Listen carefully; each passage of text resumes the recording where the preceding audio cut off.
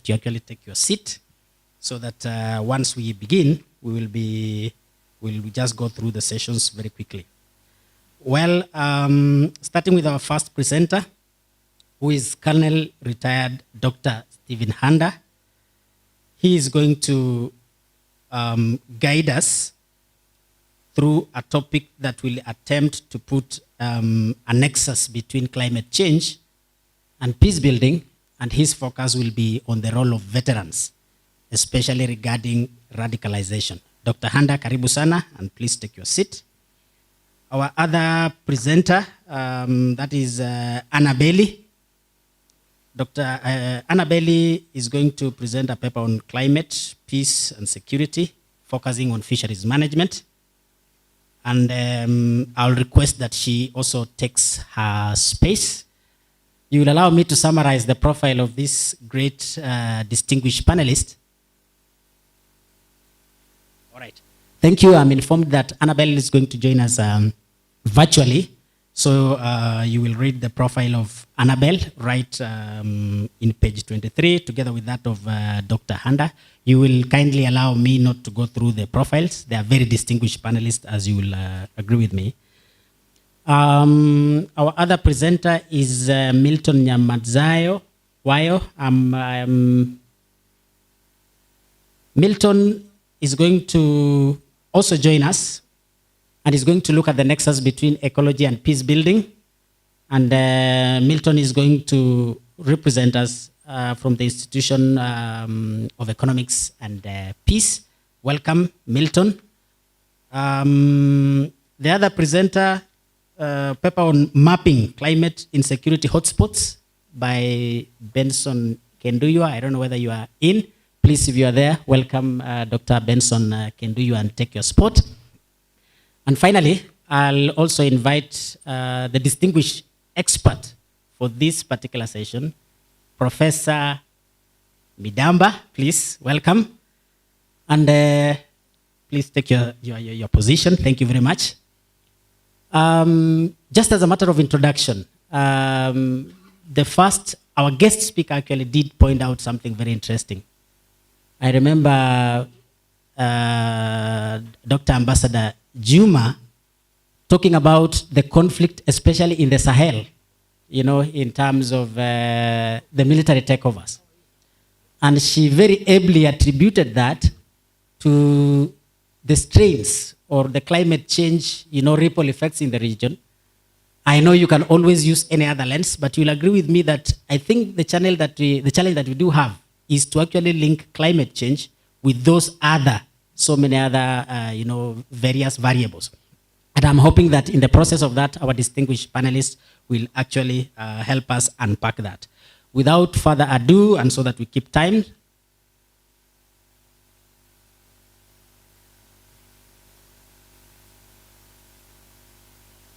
all right, on behalf of Victor, of Benson Kenduywa, we will have Victor Korir representing on his behalf, and I'll request that Korir, you please take that spot now that you are representing Dr. Benson Kenduywa, and thank you very much.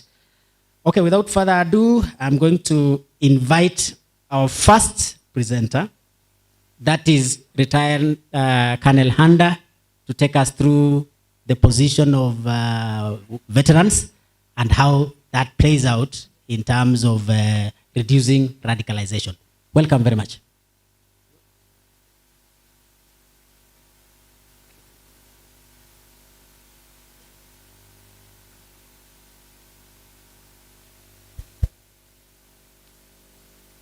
Yes.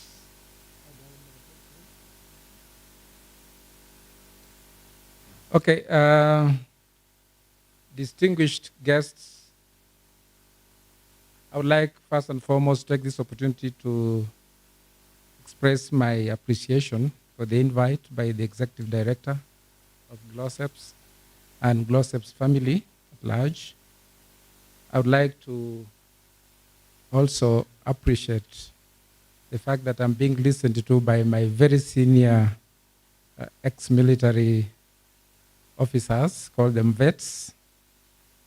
And it's my humble pleasure to accept this opportunity to share with you my views on the role of veterans in mitigating and countering climate change-induced radicalization and violent extremism. Ladies and gentlemen, as you're aware, we live in an era where these two issues are prevalent, and a lot of effort has gone into trying to mitigate and counter, but the results are not something to write home about. And that's why I thought that maybe there is a missing link that can be filled by the veterans, who include myself and distinguished audience here today. Right. Now, I want to highlight the key concepts that will underpin my discussion. And one of them is climate change. The second one is veterans. There is radicalization and violent extremism. Those four will form the basis of my arguments. We are aware that the debate on climate change has gained a lot of currency, and this is because of the negative impact climate change has caused on humanity, and more importantly, when you translate that into the effects that it causes, more specifically through radicalization and violent extremism. These two have had a very, very bad negative impact on very many societies, Kenya included. And it's for this reason that I thought that there's something missing that we need to really get to understand and see how we can best implement it to help us deal with the issues of violent extremism and radicalization, especially that is induced by climate change. Today, there is a lot of knowledge because of the liberalization of the media. There's a lot of scientific research that has gone into climate change, and there is a lot of awareness among the people. But what is not quite clear in many minds is why climate change-induced effects have not been properly dealt with. And that's why I think it's high time we focus on that. Today, when you look at climate change, you realize that there are so many negative effects that it causes on Kenya. For instance, you'll find that there are very many radicalized boys and girls. There are very many NGOs involved in trying to mitigate these climate change-induced effects. And still, we still grapple with the same problem. This is because when climate change is caused, it will have a tendency to exacerbate the effects that could be existing. If there is, say, radicalization, it will be augmented to a higher level. If there is violent extremism, it will be augmented to a higher level. So it's for this reason that we must, as people, and especially veterans, come together and forge the best way forward. Now, I'm saying this because I've realized that there is some kind of lacuna. There are very many veterans out there packed with knowledge, experience, and all that takes to be used in security threat mitigation. But you realize quite a number are not playing that role. There are many reasons for that. But borrowing a leaf from what Alban Eastman argues, those who have the knowledge, like the vets, have got a responsibility and duty to do something. And it's for this reason I have argued that the vets have the knowledge, have the experience, have the specialization, they are homegrown, and they are spread all over Kenya. There is no region in this country where you'll fail to get a veterinary. And a veterinary is an honorably retired but not tired military officer. There are very many. So these retired and not tired military officers, I mean men and women, would be the best crop that we can pick from and go to the grassroots where counter-insurgency issues are being grappled with by those in the mainstream. So because of their indigenous roots, they live in the community, be it urban or rural. These guys with their vast experience would be tapped and utilized in trying to bring about training, bring about role modeling, bring about creating resilience in communities where they have come from. So I've said that for them to do that, then they need to have certain capacities, because capacity is a big issue that would require them to be capable to do what we expect. How would they gain this capacity? They'll gain this capacity through having government and private entities collaborating, raising funds, and retraining these veterans. Those who have been out of service for quite some time will require retraining so that they can now use the new skills to undertake the necessary intervention mechanisms. Here I have in mind they can be retrained in research-oriented methodologies. They can be retrained in risk assessment methodologies, and they can be trained in all manner of necessary sections that will make them be capable.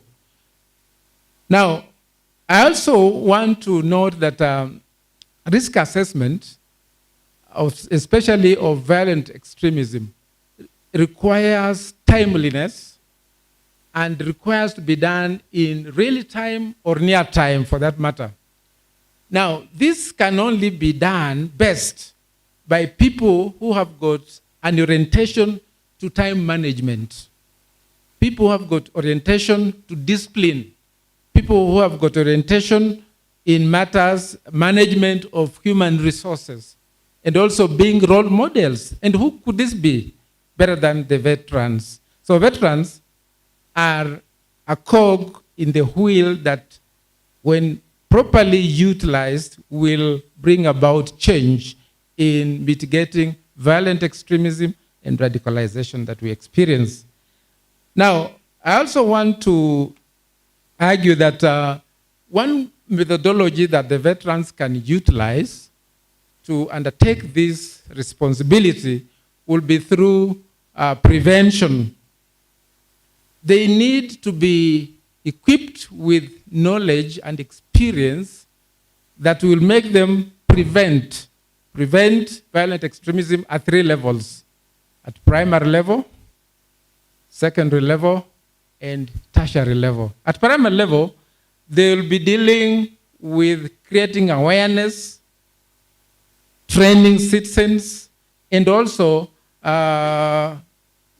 making sure that all the communities where they live together harmoniously. So that will be speaking to primary prevention. Secondary, they'll be dealing with resilience building among the communities and engaging in outreach programs, because they will be having what it takes to do that.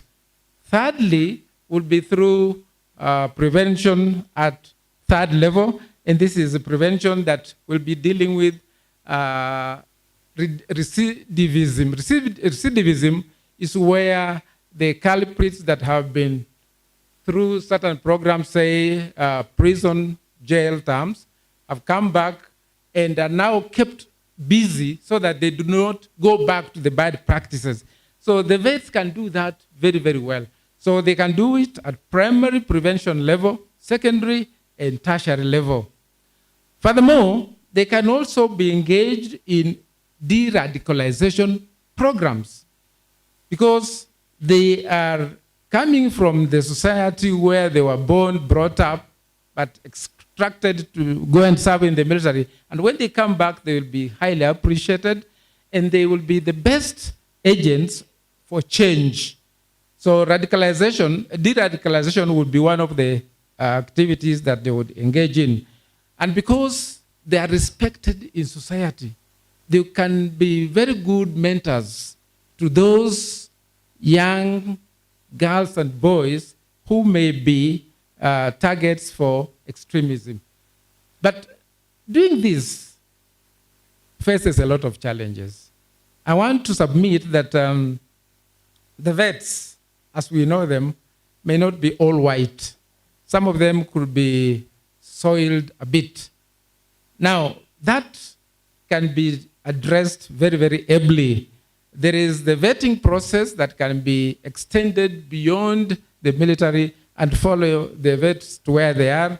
So those who will be recruited to do this noble job I'm proposing would have to be vetted so that we weed those who are okay from those who are not okay.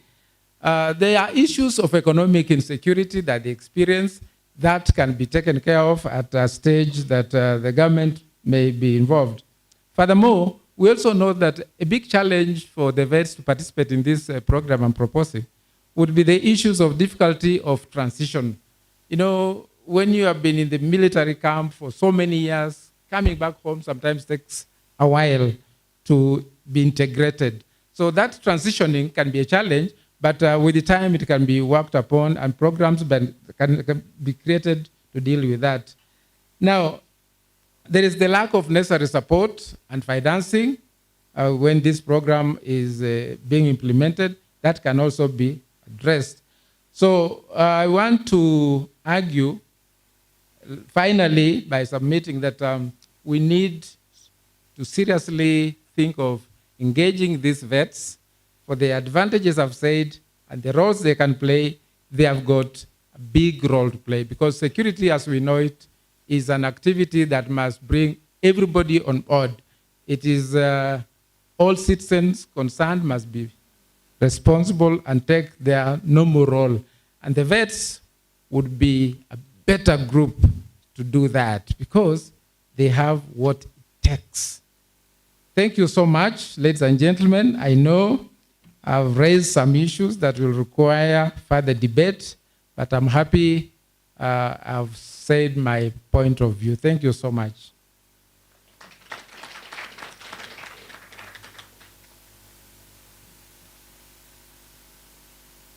Thank you very much, Colonel Retired Handa, for that very wonderful presentation. Please, if you have noted some questions, some compliments for Dr. Handa, just note them. We will get to them at the plenary session. The technical team, I don't know whether Anna Bailey is ready to do that, or we can go to the presenters who are available already now. Available? All right. Yeah. Sure. Thank you very much. It's now my humble duty to invite Anna Bailey, who will present a talk on climate, peace, and security in fisheries management, a participatory appraisal of Kenya's Lake Victoria fishery. Welcome. The floor is yours. Thank you. Thank you so much. So let me share my screen so that you can see. I think I'm not able to share it. So is it possible for the technical team to share the screen?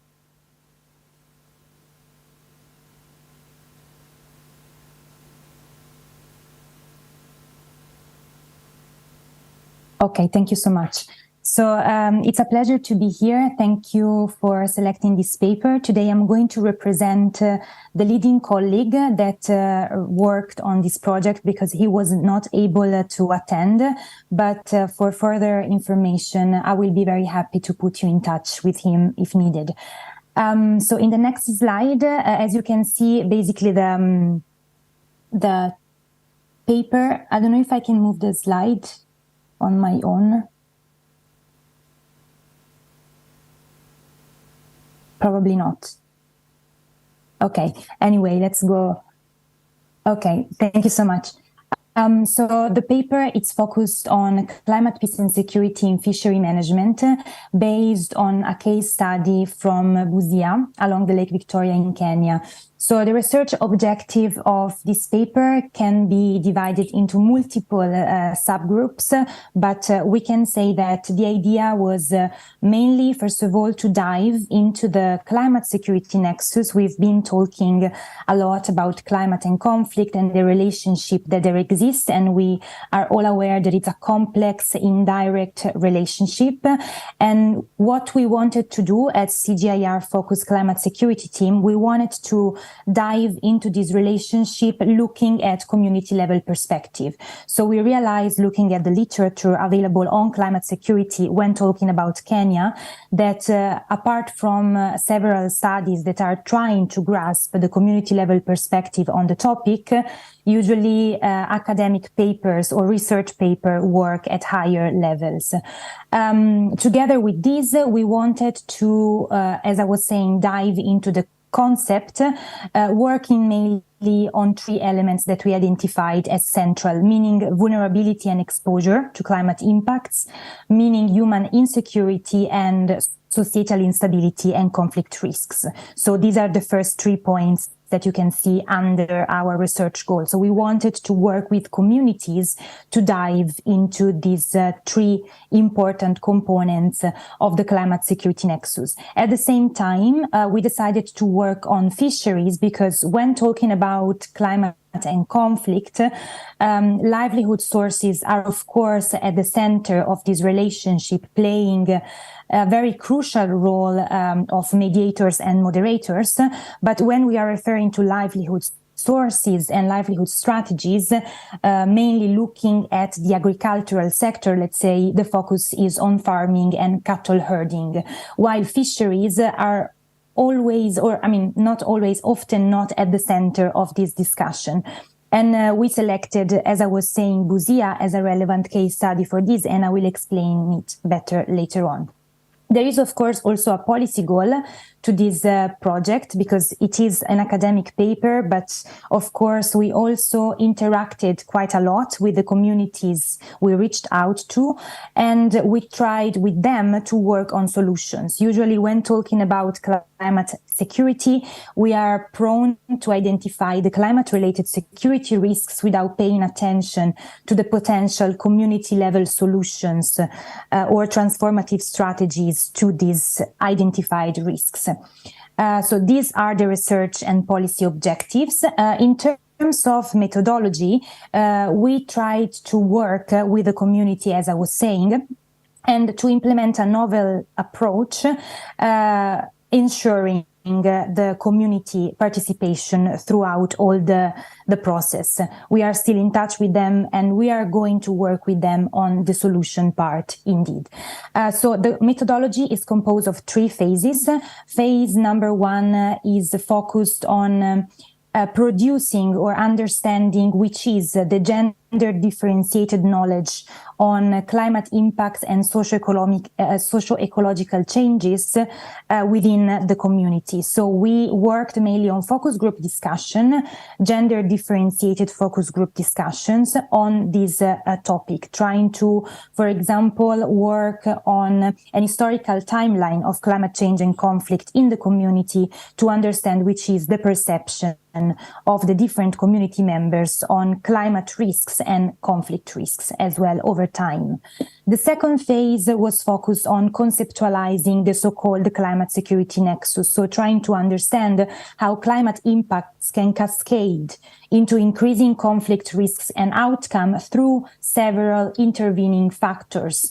And we can refer in this case to vulnerability. So we looked at socioeconomic, political, cultural factors that can play a role in this complex relationship, working on different exercises with the different groups.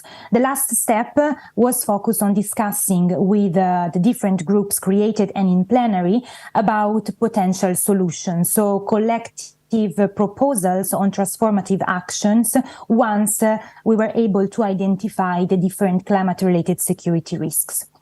So in the next slide, you can see basically very simple, like an effective map on the location of the community that we selected, and we decided together with SEMIRAID, the Center for Minority Right Development, to select the Banyala indigenous people community, considering their reliance on fishing, as well as the threats they have been exposed over the last 2 decades, in particular a reduction in the Nile perch population near, of course, where they are living, so along the Lake Victoria, as well as the exposure they suffered due to increasing more frequent climate hazards, in particular floods and droughts. So to be very short, let's go into the main findings of this discussion. So in the next slide, you can first see the result of the first 2 phases of discussion that we had with the community, oriented towards not only understanding, let's say, as I was saying, the historical timeline or the seasonal calendar in the phase 1, but all these exercises had the goal of producing these 3 pathways. And when we are referring to pathways, we are referring to all the mechanisms that allow climate impacts to cascade into conflict risks within a specific setting. So the objective of all the exercises that we conducted was indeed to end up producing this pathway to identify the different climate security risks faced by the community and to understand which are the factors playing a role. So, for example, we know that these pathways are extremely connected one to another. Let's start, for instance, with the first one. So what came up discussing with the different gender disaggregated groups in the community is that due to the overfishing problem and the decline of the Nile perch population that I mentioned earlier, most of the people tried to differentiate their livelihood strategy into farming and cattle herding. Unfortunately, climate change within the area where these people moved or are living at the moment is affecting and limiting their ability to resort in different livelihood strategies, meaning farming, because of floods and more recurrent and frequent droughts. These lead people to resort back to fishing, even if there is a problem, as I was saying, of overfishing and a reduction in the Nile perch population, and push people to move and to cross the border basically with Uganda. In this case, we found out that most of the fisher folks in the area are not able to fully comply with some regulations, for instance, on fishing nets while crossing the borders, and they face increasing insecurity risks. In particular, for example, there is an increase in the likelihood of being arrested or put in jail by Ugandan authorities, and this can create some tensions within the area of the study. The second pathway, for instance, that is extremely linked to the first one and to the third one, is related to the fact that, of course, due to the increased frequency and intensity of floods, people are forced to temporarily displace in temporary settlements like camps. And within these temporary settlements, of course, they do not have the assets because they lost most of them due to the floods, to resort into different livelihood strategies or economic activities. So they face increasing poverty, but at the same time, for example, due to the flooded area, they are exposed to waterborne diseases, and there is an increasing likelihood of facing crime or sexual abuse or substance abuse, in particular among young people and young generations. The third pathway, for instance, that reveals another way of climate impacts to cascade into increasing conflict risks or insecurity risks, is related to the fact that people that do not displace temporarily but move permanently and try to resort, as in the first pathway, into farming or cattle herding activities, they compete among themselves due to scarce natural resources, because farmland is overused sometimes and not available due to flooded areas. And there is like a dynamic that it's mostly related to competition over, of course, not only land, but also water, for instance, that is essential in order to resort into different agricultural activities. And this can increase the likelihood of intra-community conflicts. So the last slide, once is devoted to the solutions, as I was explaining to you. So once we identified the different climate-related security risks faced by the community and how all the different factors interacts with each other in the selected case study, we try to discuss with the community on potential future solutions, or if they are already implementing some solutions in response to these risks. So here are some examples. And we, of course, discuss mainly about fishing regulations, because these appeared to be a very relevant topic in order to allow fisher folk to fish not only in the Kenyan side of the Lake Victoria, but to cross sometimes the border. So they expressed the need, for example, of harmonizing fishing laws or increase the capacity of fishermen to comply with laws both in Kenya and Uganda, but also they stress, considering the importance that farming and cattle herding is having, to resort into more sustainable climate-smart agriculture interventions. So thank you so much for the time. I'm done.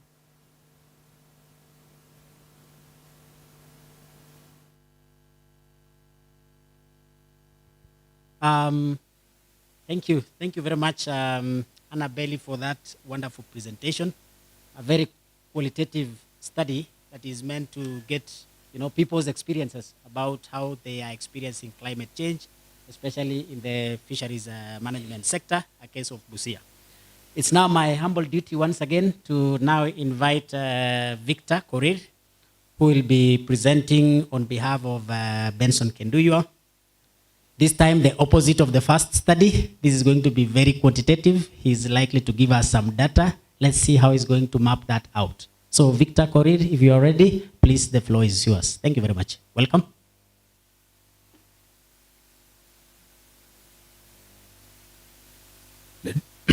Ladies and gentlemen, allow me to stand on already established protocol, and I would like to request the technical team to put up my presentation kindly. Yes, I'll be presenting on the paper Mapping Climate Insecurity Hotspots, Enhancing Climate Peace and Security, Decision Making in East Africa and Greater Horn of Africa. And I'm presenting on behalf of Dr. Benson Kenduywa, who is not able to attend, but I'll be very happy to channel your concerns to him. Next slide, please. Yeah, so we are from the Alliance of Biodiversity International and International Center for Tropical Agriculture. And together with these other 11 centers, we are part of the CGIAR framework, which is mandated to champion research, innovation, and science around food, land, and water systems in a climate crisis. So having said that, our impact areas as CGIAR are around climate adaptation and mitigation. And this is where we focus, or we come in as the climate security focus. And we mainly focus on answering the following questions. Next slide, please. The first question is, how does climate insecurity or climate crisis exacerbate the already delicate conflicts or insecurity situation in East Africa and Greater Horn of Africa? The second question is, we try to see where are the hotspots where we have an intersections between climate insecurity and also conflict. And the third question is, who are the affected communities, or what are the profiles of the affected people? And lastly, we try to see or to provide solutions or suggestions of what can be done to break the vicious circle between climate and conflict. So these two questions of where and who are what we focus on under the spatial analysis team. And our approach is inspired by the fact that East Africa and the Greater Horn of Africa is projected to have an increase in temperature by 2040, according to the Coupled Model Intercomparison Project Phase 6. And existing studies have mostly focused on linking the climate security with socioeconomic conditions. But for us at the spatial analysis team, we want to focus on an innovative method where we can identify the hotspots where conflict and climate extreme events are occurring. So as you can see from this map, it's projected that areas around Sudan, northern Kenya, and around eastern Ethiopia are projected to have increase of temperature by around 1.6 degrees by 2040. Next slide. Yeah, so our approach is, as has been said, is mostly quantitative, and three categories of data sets feed into our methodology. The first one is climate data, that's from CHAPS, Terra Climate, and ERA5. And we also have conflict data, that's from the Armed Conflict and Live Events database. And lastly, we have the socioeconomic data that is from various sources, and this is identified through network analysis. So the top 10 most relevant variables are selected. Since this data is in different resolutions and different formats, there is need for feature engineering and pre-processing and also computing of indices. So for this, we do some pre-processing including rasterizing. So our analysis is raster-based, and we do masking because some of this data are at a global extent. And lastly, we aggregate these data sets at a megapixel level. So we divide, or we design a grid around the study areas of 20 kilometers square of what we call the megapixel. And after that, we now do compute the indicators, that's of conflict and climate, and also the socioeconomic indicators. Then the next step now is clustering, where we want to group those areas that we can categorize as high conflict, moderate conflict, or limited conflict. And the same for climate, where we have high climate stress, moderate climate stress, and limited climate stress. And also for the socioeconomic part, we compute the extremes, that's the 90th percentile and the 10th percentile, as indicators of socioeconomic vulnerability. Lastly is now looking at where is the co-occurrence of, for example, high conflict, high climate stress, and now we look at what are the socioeconomic conditions of the communities living in these areas. So some of the results here show that, for example, the map on my left shows that there is high prevalence of conflict and climate hotspots in Somalia, but this is not to say that there is a direct relationship between climate and conflict, but as we all agree, it's an intricate relationship, and only that climate stress acts as a multiplier.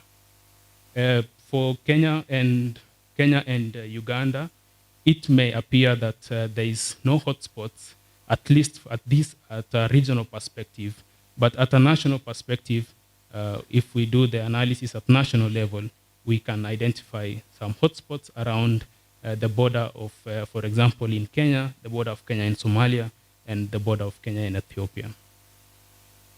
And on the other map, we show or we overlay the composite socioeconomic vulnerability index with the conflict and climate hotspots. And for example, you can see that there is high, in Somalia, we have very high socioeconomic vulnerability, and we can also see that there is high prevalence of conflict climate hotspots. So this is just an excerpt of our work. If for other countries, we have analysis for 11 countries and more details on the methods and also the suggestions of what can be done and how does climate exacerbate the already worse situation of climate and security conflict. So we can access this tool, which is open source. You can access more analysis on specific countries, and you can have more details on the specific hotspots. If you, for example, if you can visit our exhibition desk, where I can demonstrate to you how you can explore more on some of these hotspots. So what are the outcomes of our product? So we are involved in various climate strategies or climate actions. And for example, just to highlight a few, we have been involved in the IGAD regional adaptation strategy, where our work has been used to inform this strategy. We are also been involved in the Africa Common Climate Security Report to the Africa Union Chair. And we have also been involved in writing a policy brief with the Africa Group of Negotiators for climate change, peace, and security in Africa. And also at the national level, we have been involved in writing the National Climate Change Adaptation Plan of 2023 to 2027, which will be launched at the Climate Summit.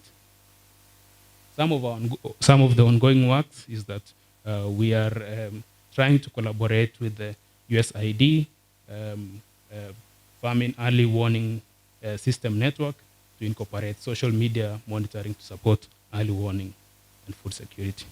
With that, I would really like to encourage you to visit our exhibition desk so that you can have a live demo of the tool, which I insist is open source, and you can access it from where you are. Thank you.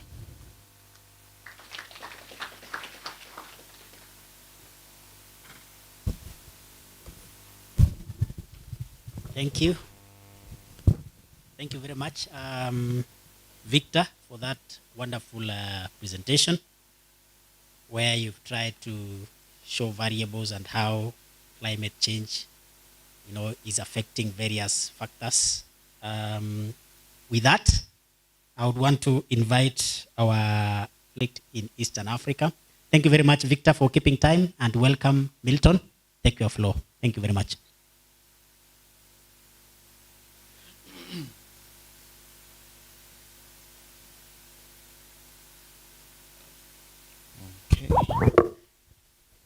Okay, thank you very much, everyone. I will begin by standing on the existing protocol and saying two things. The first is that it is absolutely okay to fall asleep, given that it's after lunch, but please don't snore.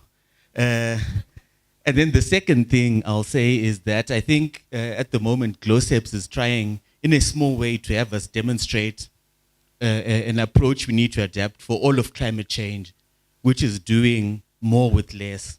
So I will try my best to put 1 hour's worth of presentation into the 10 minutes that I have. I will skip this part, which is about the IEP.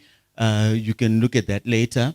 Our products include the Global Peace Index, the Terra Index, Ecological Threat Report, Positive Peace Report, and many others, which we used to put together this presentation. So the Ecological Threat Report is in its third year, and what it does is that it looks at 4 domains, which are food security, water stress, population growth, and natural disasters. It combines those with an ETR score and a catastrophic score across the whole world. I think we look at about 229 territories around the world. Okay, so again, we look at 250 cities. We ranked about 3,600 administrative units. So these are provinces, if you want to use that word. looking at about 99.99%. Again, I'll that part. So, the highlights of our report. Ecological threats, violence, and conflict are closely associated, forming vicious cycles. And these are linked through systematic processes. So you see, sometimes there's conflict. It's because of the scarce resources that are there, and people are now fighting to control or use those. These can be at a very broad national scale, or sometimes something as simple as local authorities engaging with fishermen because they are breaking local laws.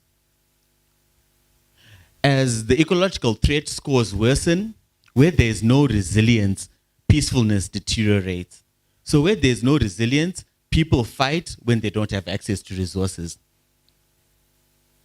At a global level, you'll notice that the 40 least peaceful countries will increase their population by 1.3 billion by 2050. And this speaks to two things. A need to look at carefully what we're going to do about the population numbers. And secondly, a need to plan how we will resource this population that is growing. We need to grow the infrastructure, we need to grow the food, we need to grow the access to water, education, health, and so on. And again, those are just some statistics speaking to the water stress and undernourishment all across the continent.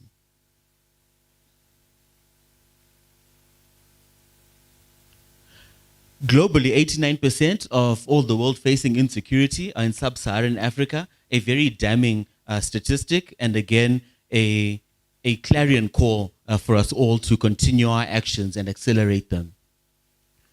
830 million live in countries with food insecurity, and more than 65% of the population were not able to afford food, which again is something that's damning.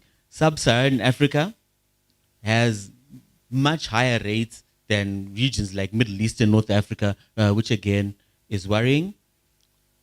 The next point there you'll see mentioned something called a mega city, and 5 of those are in Africa, Nairobi included, where we have a confluence of increasing population numbers, increasing pressure for resources, and an increased need for the things we've been talking about today, your water, your food, and so on. And then lastly, 6 of the 10 least peaceful countries in the world are in sub-Saharan Africa. So on the relationship between ecology, climate, conflict, and migration, this has been spoken about ad nauseum today, and this is a simple diagrammatic representation of that. Where you have your water risk, your population risk, your food security, and natural disasters occurring, they cause people to move. So on the extreme right, you'll see that migration is a factor, where your asylum seekers and refugees, your economic migrants, and internally displaced people have to avoid these threats. And when they move to new places, there's conflict over scarce resources and then demographic pressures in destination areas. Something you'll see across our borders, where we've been talking about migration, whether they're around refugee camps or around more settled areas, the conversation remains the same. Where there's more pressure on resources because of climate change, you will have more conflicts, you will have more people moving as well. Another simple way to look at it is to say that where you have ecological health and an ecological shock manifests, something like an earthquake or a flood or a drought, it will be, the response to it will be determined by societal resilience. Where there is no societal resilience, this will increase conflict and further degrades the ecology. For example, if you have a piece of farmland and people are fighting to control it, it means that they can't farm on it. 1, because they're fighting, and 2, because instead of being used to farm, the land is now a stage or a scenario for fighting. And this impacts ecological health in a vicious circle. And then again, this is the same thing demonstrated in another graph. So what next becomes the question. And our proposal as the IEP is what we call positive peace, a set of 8 factors that provides the optimal environment for all human potential to flourish. So where you have at a community level, at a national level, or indeed at an international level, those 8 things existing, your well-functioning government providing good services, providing good policies, and providing opportunities for participation in the community, where you have equitable distribution of resources, the free flow of information, good relations with neighbors at a national or a local level, where you have respect for the rights of others, high levels of human capital development, low levels of corruption and graft, which was mentioned earlier, the sound business environment, where you have these 8 things happening, you have communities that are able to adapt and prepare for these ecological shocks and also thrive even in spite of them. Because these are the things that are used to prepare and respond to challenges such as those we're facing on the continent. And the brilliance of it all is that where these things happen, you will find these statistically observable outcomes: stronger resilience, better environmental outcomes, higher levels of well-being and happiness, better performance on your SDGs, your national development targets, and so on. You will also have a better inclusion and then higher per capita income, which is your income at a very local level. I think a colleague on this side of the room mentioned earlier how a family should sit down and discuss and say, how can we go from 2 bags to 10 bags of maize? And I think sometimes when we're looking at numbers such as the millions and the billions, we lose sight of the fact that the hardcore climate change indicator for someone might be as simple as: last year I had 3 chickens and 4 goats. This year I have nothing. So I think we really need to pay attention to that. The pillars act as a system, so all of the pillars will reinforce each other when they're improved. When you improve governance, you improve corruption. When you improve on corruption, you improve governance, and so on.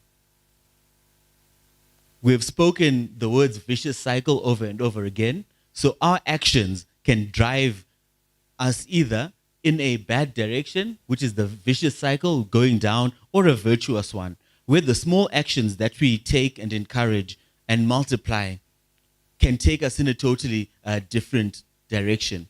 There's an example we like to use of littering, where if one person drops a piece of paper on the ground, it might not mean anything much. But when you have 30 million people, each dropping one piece of paper on the ground, your city is transformed into the dirtiest thing you've ever seen. So in the same way, the small actions, even at an household level, saving 1 liter of water multiplies into something spectacular if focused on and improved. So, some final thoughts. Our current policies and interventions are not enough. This we all know. The countries with the highest levels of positive peace and resilience will be able to manage the current and emerging ecological shocks and the associated conflict. We also need better analysis of the societal systems at play so that we understand what are the drivers of the nexus. How does this nexus manifest and operate? And what are the actions we can take in order to bring about changes? The countries with the fastest population growth need culturally appropriate interventions. And this, I think, is something very important. Whether it's at a family planning level or it's at improving access and availability to the resources we know we'll need, that is especially important. Micro water capture projects aid the poorest and enable food production. I think this was mentioned as well by various speakers, where water capture will 100% improve outcomes at a very local level. Cooperatives have been shown to work well in lots of rural areas. Micro projects need stronger community design and investment. I think something was made earlier of the fact that our approaches may not be inclusive enough. When we are here, we are missing out on a lot of things that are going on at the very local level in the grassroots. And then there's also substantial need for improvements in biomass. Farmer-managed natural regeneration is an approach that is very, very cheap and is a good example of something that's very scalable. So with that, I hope I spent something in the region of 6 minutes. And I thank you for your attention and welcome your questions.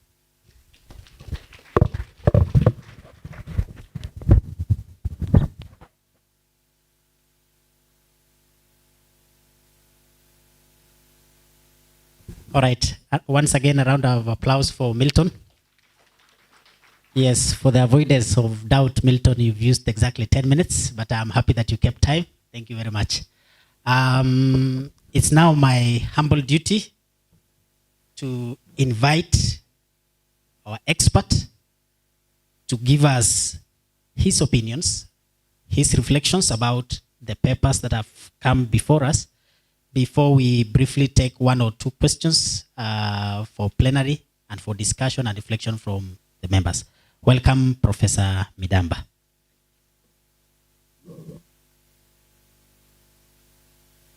Thank you, and a very good afternoon to everyone. I promise not to take more than 10 minutes like Professor Munene did. Then he went on to take a long nap this afternoon, so he's doing okay. This thing gonna stay, man. Yeah. See, look like a rungu.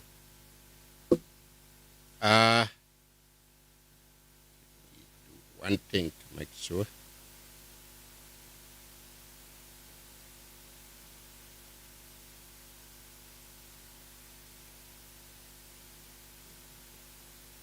Wonderful presentations, wonderful highlights of this afternoon of the issues are involved. I'd like to divide these papers in two ways. One, did we hear from this presentation a clearly articulated issues that are involved in each section? Secondly, did we hear a clearly articulated, sustainable mitigation measures? So those are what we're looking for, isn't it? That is the clear choice, and as they will go toward revising and presenting to us, that's what we'll be looking at. The first paper, Stephen et al., the outline is clearly articulated. Threat of what's called multiplier effect was clearly articulated from the paper read last night and what I hear this morning. Challenges in fragile societies, resources and society system, negative changes that affect us, contribution to economic security, and governance structures. Then resources and that trigger violent extremists.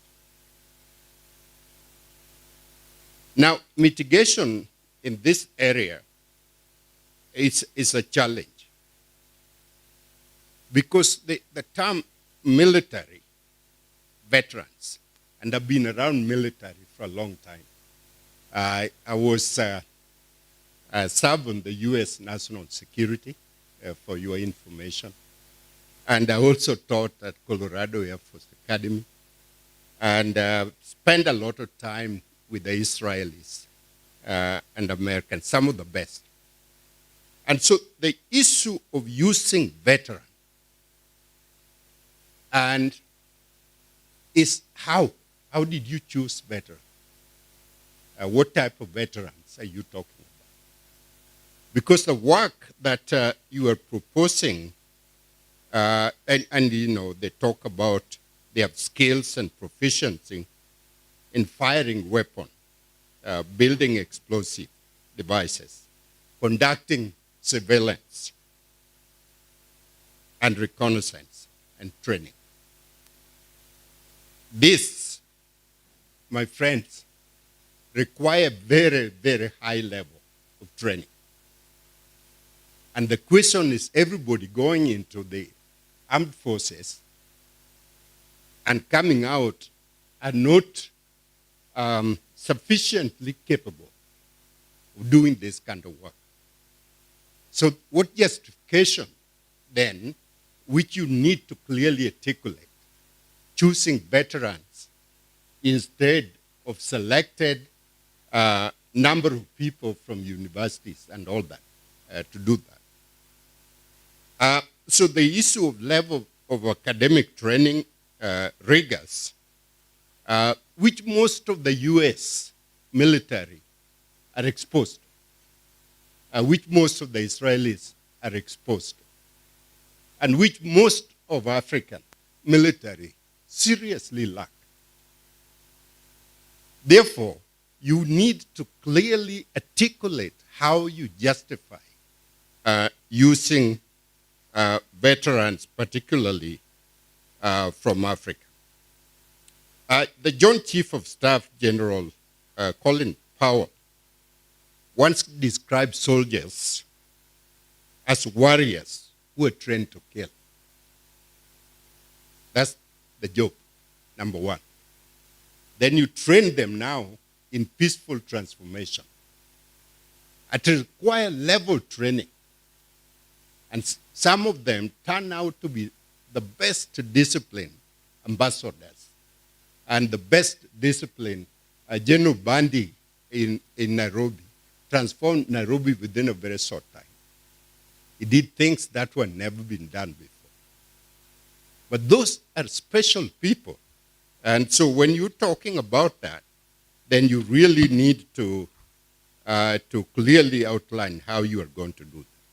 How do you transform a person with limited academic mind into conducting civilians and reconnaissance? Does African environment require unique training? And if so, what kind of training in order for you to do that? What kind of tools do you need to use? How long will it take? These are the questions this paper has to address. The second paper, again, has significant outline of issues that are helpful. Interplay between climate threat and vulnerability, fragility, high degree of weakness in institutions, social fragmentation, scarcity, climate variability. Then you go into the 850 also of the Banyore clan, who were fishermen. And then I'm lost a little bit. How Banyore clan was selected out of all other clans that are around the lake. So you have to have justification why you selected Banyore clan. And then the point challenges here is the capacity for the fishermen, you say, to comply with regulation, swamp restoration, decision making. And what I find glaring or missing in this paper is how do you transform the mindset? You know, South Korea, one of the pillars of development of South Korea is mindset. How do you transform this mindset of this community to adopt more of modern fishing? And the challenge of the culture, which is interwoven in our African psyche, is a real tough challenge.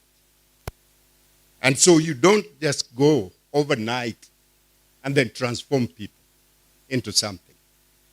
You need to deal with a culture that is much deeper and that take a lot of time.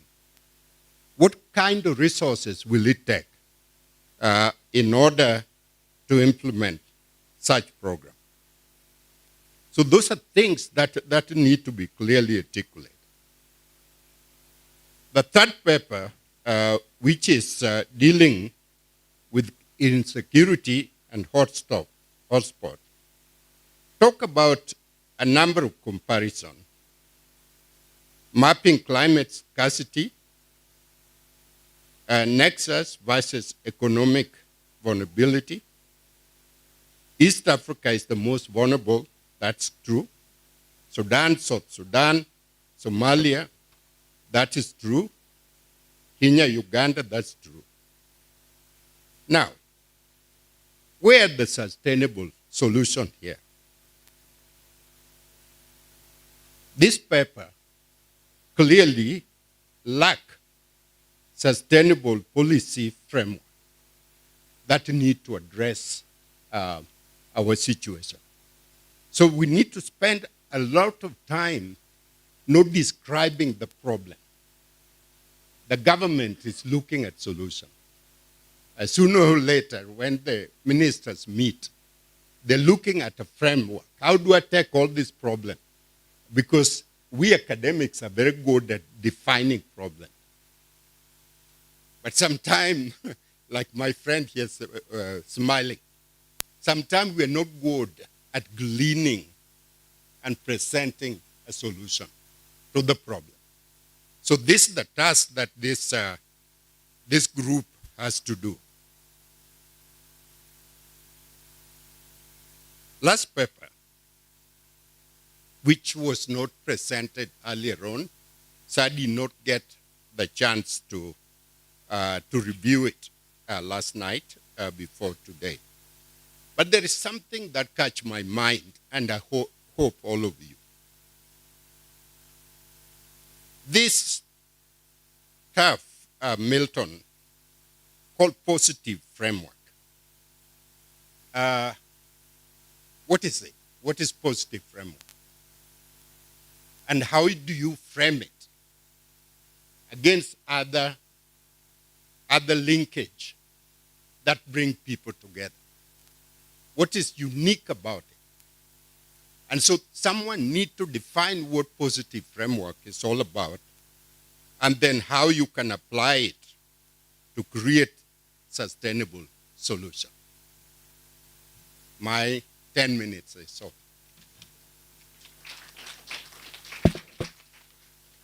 Thank you, guys.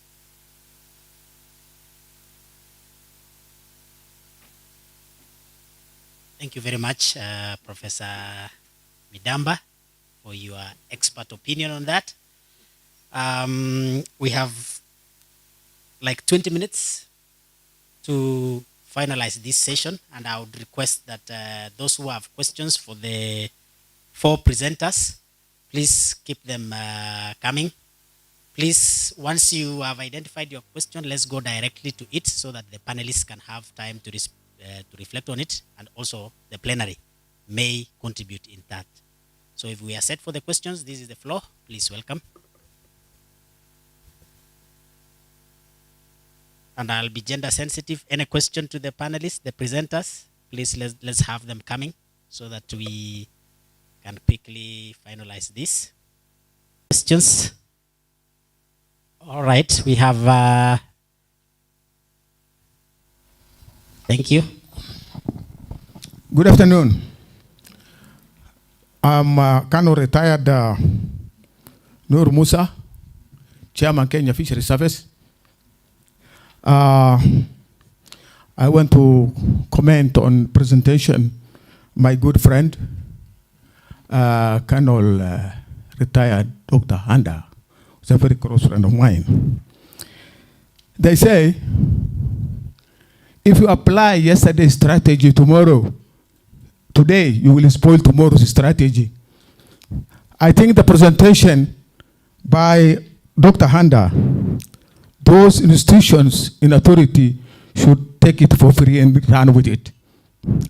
Veterans are people who are experienced, exposed, knowledgeable, and who have vast experience in various aspects. They have a local knowledge, they have international knowledge, and they have also skills that it takes to perform whatever can be performed by any military in this world. We have participated in peacekeeping, multinational peacekeepings. In those multinational peacekeepings, so many of them were commanded by General D.I. Opande. 17, 18 countries. And he was the best. I participated in 2. And most of the nations, including Americans, Canadians whom we are with, where I was also trained, cannot match what we know. So I think this came at the right time. That paper came at the right time with some few amendments. Value addition. I think the institution concerned should take it on board, take it for free, and put veterans on board. For 2 reasons. One, the local knowledge. I have been in Somalia fighting Al-Shabaab for 16 months. And we were with other nations. And nobody could match what we could do on the ground. So I think I propose to the institutions concerned that Dr. Handa's presentation should be looked into. The other one is about the fish presentation by a researcher. I think we have a problem really. What the professor was talking about, the mindset, is the best approach. Because we talk about something called IUU, illegal, unlicensed, unauthorized fishing, and also substandard fishing gears, which actually, if they adopt a modern technology, fishing gears, then we should not be able to exhaust our fishing. Because if you probably capture a very immature fish, then you start completely finish the growth. And the other issue is about the mechanisms. Recently, we lost a lot of fish in Lake Victoria due to the low level of oxygen. And we are now doing something so that we can import things from Japan, so that when we sense that there is such problem coming up, then we can be able to generate oxygen into Lake Victoria so that fishermen can be able to harvest. And that is my contribution. Thank you.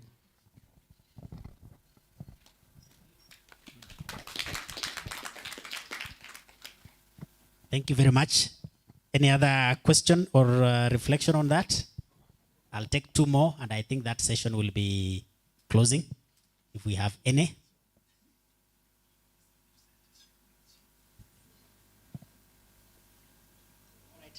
Yeah, sure.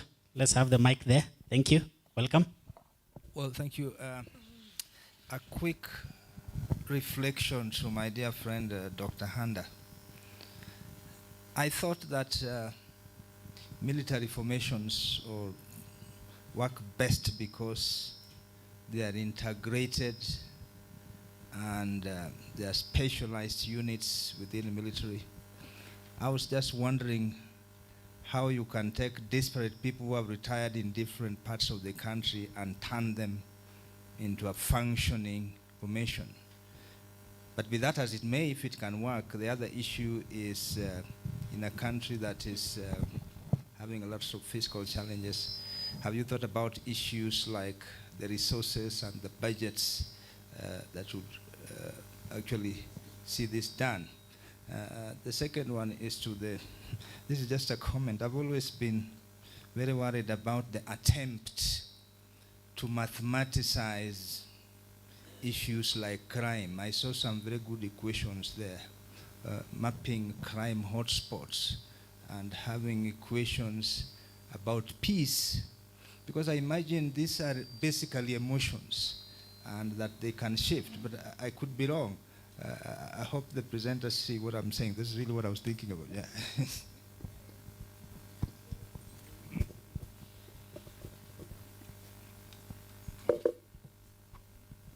Thank you very much. And he has just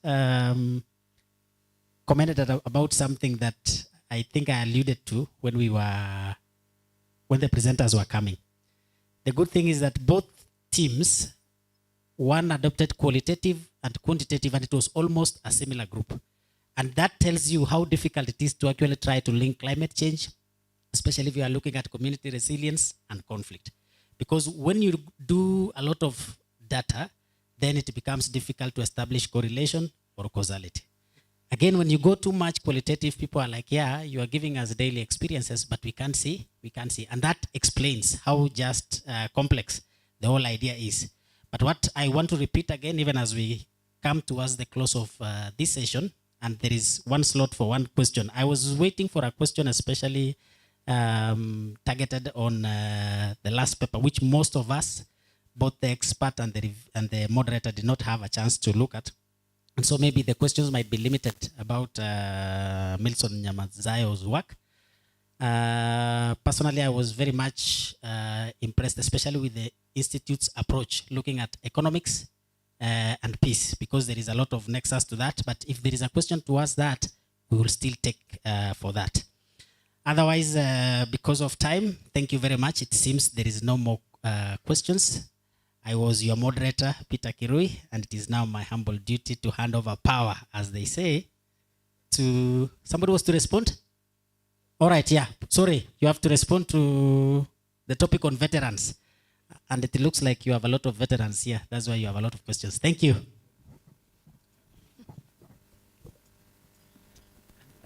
Thank you very much, the audience. And I want to just react very briefly to my good professor there on his interest to find out how the military, having been trained variously and in different disciplines, can, when they go out, work together as one entity.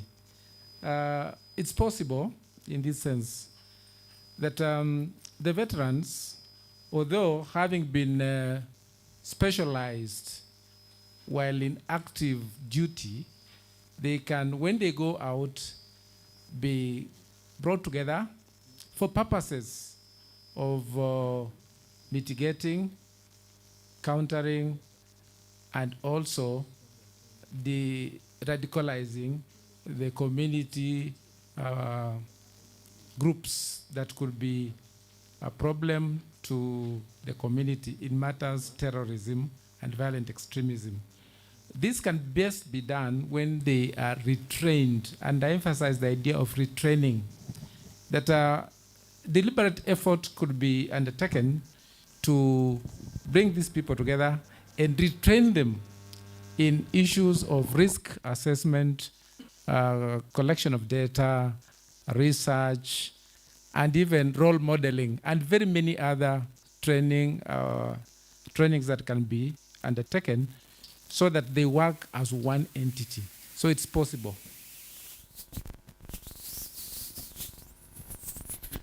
Thank you very much, Professor, for your comments. Thank you for your attention. I just wanted to make a remark on the view that was expressed on how crime, for example, is counted and how that can be a problem. So at the IEP, it is literally what we do year on year when we look at the Global Peace Index and rank every country according to how peaceful it is and produce this report. And it comes down to two things. The first is a very good indicator, a very good and clear indicator. For example, you can count from country to country the number of violent crimes, whether someone was beaten or stabbed. You can count how many people died as a result of these things. You can count the number of sexual assaults, for example. So this becomes a very easy gateway to measure it. And it's important to do it, even if you have something that before people used to say peace is this thing that you can't touch, that you can't see. But now we need an approach that says, how do you count it? How do you measure it? Because we need to know whether or not what we are doing is working. We can't be coming here every year and saying climate change, communities at risk, resilience, and the next year we come back and say climate change, communities at change, risk. We need to count. How is our action having an impact on our communities? So thank you for that question.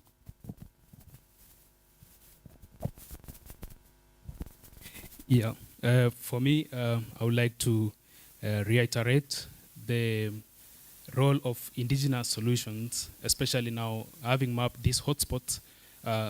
What my colleague presented, Anna, is the community voices. What is their opinion, and how can we integrate this into the climate action plans?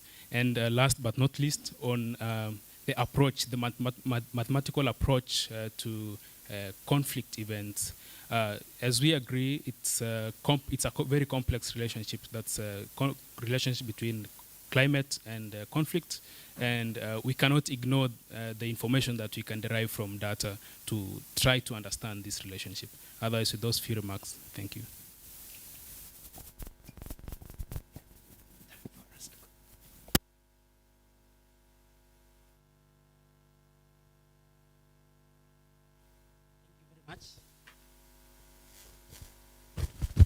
Yes, thank you very much, the panelists and the presenters. Like I said, I was so conscious about time. I almost handed over power before they commented, but thank you very much. I now officially hand over to Dr. Osembo to take over from there. Thank you very much. Thank you so much, Dr. Kirui and team. Let's clap for them once again. Ladies and gentlemen, we thank the team for observing time, and we value your time. That's why we have to move straight ahead to our last session of the day, session 5. That will be on practical reflections on climate change, mitigation, and adaptation. And this session will be moderated by Professor Jojo Uta. Professor, please take the podium. We are in your hands up to the end of the session. Okay. Welcome. Well, dear colleagues, ladies and gentlemen, I too want to associate myself with protocols that have already been established. And I can see that we have gained at least 4 minutes from the previous session. In the morning, I was getting a little worried that we were losing time, but God works always in mysterious ways. I think we are in safe hands now. There's something normally a little bit difficult, especially the intellectual abstractions that we have had the whole morning, particularly in the last sessions. And as I was just commenting, when you have to use mathematical formulae to actually diagnose problems that are attitudinal, problems that are emotional, very different. So I'm happy and delighted, and I want to thank the organizers of GLOSEPS, Brigadier Kabage and his team, for giving me the honor and privilege to share and to moderate this session. We have with us in this almost the last session of the day, 3 presentations, and as you have already been told, it is really a step down from the high octane of the morning to a slightly practical and exchange of experience, and I hope it will be exciting. So without too much ado, so that we don't waste time, I would like to request the presenters. The first one is Frida Mwikaya Mwendo, who is going to speak to us on climate resilience, agricultural protection from the rural community of Kituye. I don't know whether Frida is here. Frida, why don't you take a seat up here? We are also going to have a presentation by Ben Mokaya Basigo. It looks like a very interesting topic here on climate change and clean transition in Kenya, the future of electric vehicles. And we look forward to hearing from Ben how this will actually change the equation around the challenge of greenhouse gas emissions, not just in Kenya, but globally. So Ben, karibu sana. Last but not least, we are going to have Emilio Muga. I hope I've got your name correctly. Emilio Mugo, climate change and agroforestry, practical interactions to drought in Eastern Africa. And then, of course, so is Emilio here? Karibu sana sa. And then we will have some reflections from Professor Gitu Oba. The little I know, that's yourself, sir. Gufu Oba. I had a chance, I don't have the privilege of their introduction. Yes. Yes, this one too. And I am being informed that there will be a presentation also by Dr. Melha Bio on climate change adaptation and mitigation in South Sudan, the implementation of national action. So Dr. Melha Bio, are you here? I hope there's still some space for you. There is a space for you. So I don't want us to waste time. So I would like to call upon the first presenter. This is Frida. I know you work in Makueni, where we've also done a lot of rural work there, and we would like to hear your experiences with this distinguished audience. Karibu.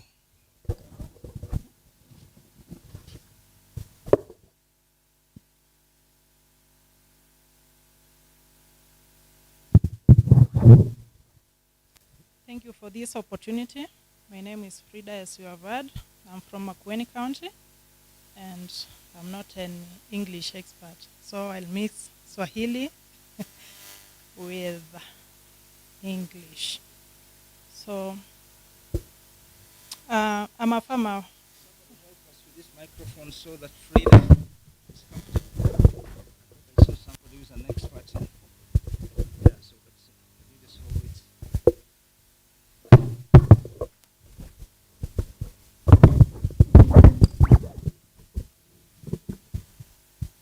Okay, I'm a farmer in Makueni County. I farm at my own farm known as Dairy Hungry Ventures, which is registered. I'm also a VBA, which is village-based advisor, who is a volunteer who has gone through regenerative agriculture or climate smart agriculture practices and technologies, training by Cereal Growers Association working under Alliance for Green Revolution in Africa. And VBA helps smallholder farmers who are willing by creating awareness on climate change, mitigation, and adaptation to improve their farm productivity. I'm going to use some Swahili there for some explanation. As a VBA, we are going through a lot because farmers don't believe on us. They say that we are doing that because we are training them to gain some, to pate pesa. That is because we have a register. Whenever we train them, tunawapea register, wanatuandikia so that they may sign, and we give back the returns to the Cereal Growers Association. So they say they are giving us mileages. So we are going through a lot. Okay, on my farm, I do demonstrations on climate smart agriculture, whereby I do practice soil and water conservation through cutoffs and terraces. I do mulching. I do plant early maturity varieties. I do intercropping and so on, which are regenerative agriculture practices, and I've been successful.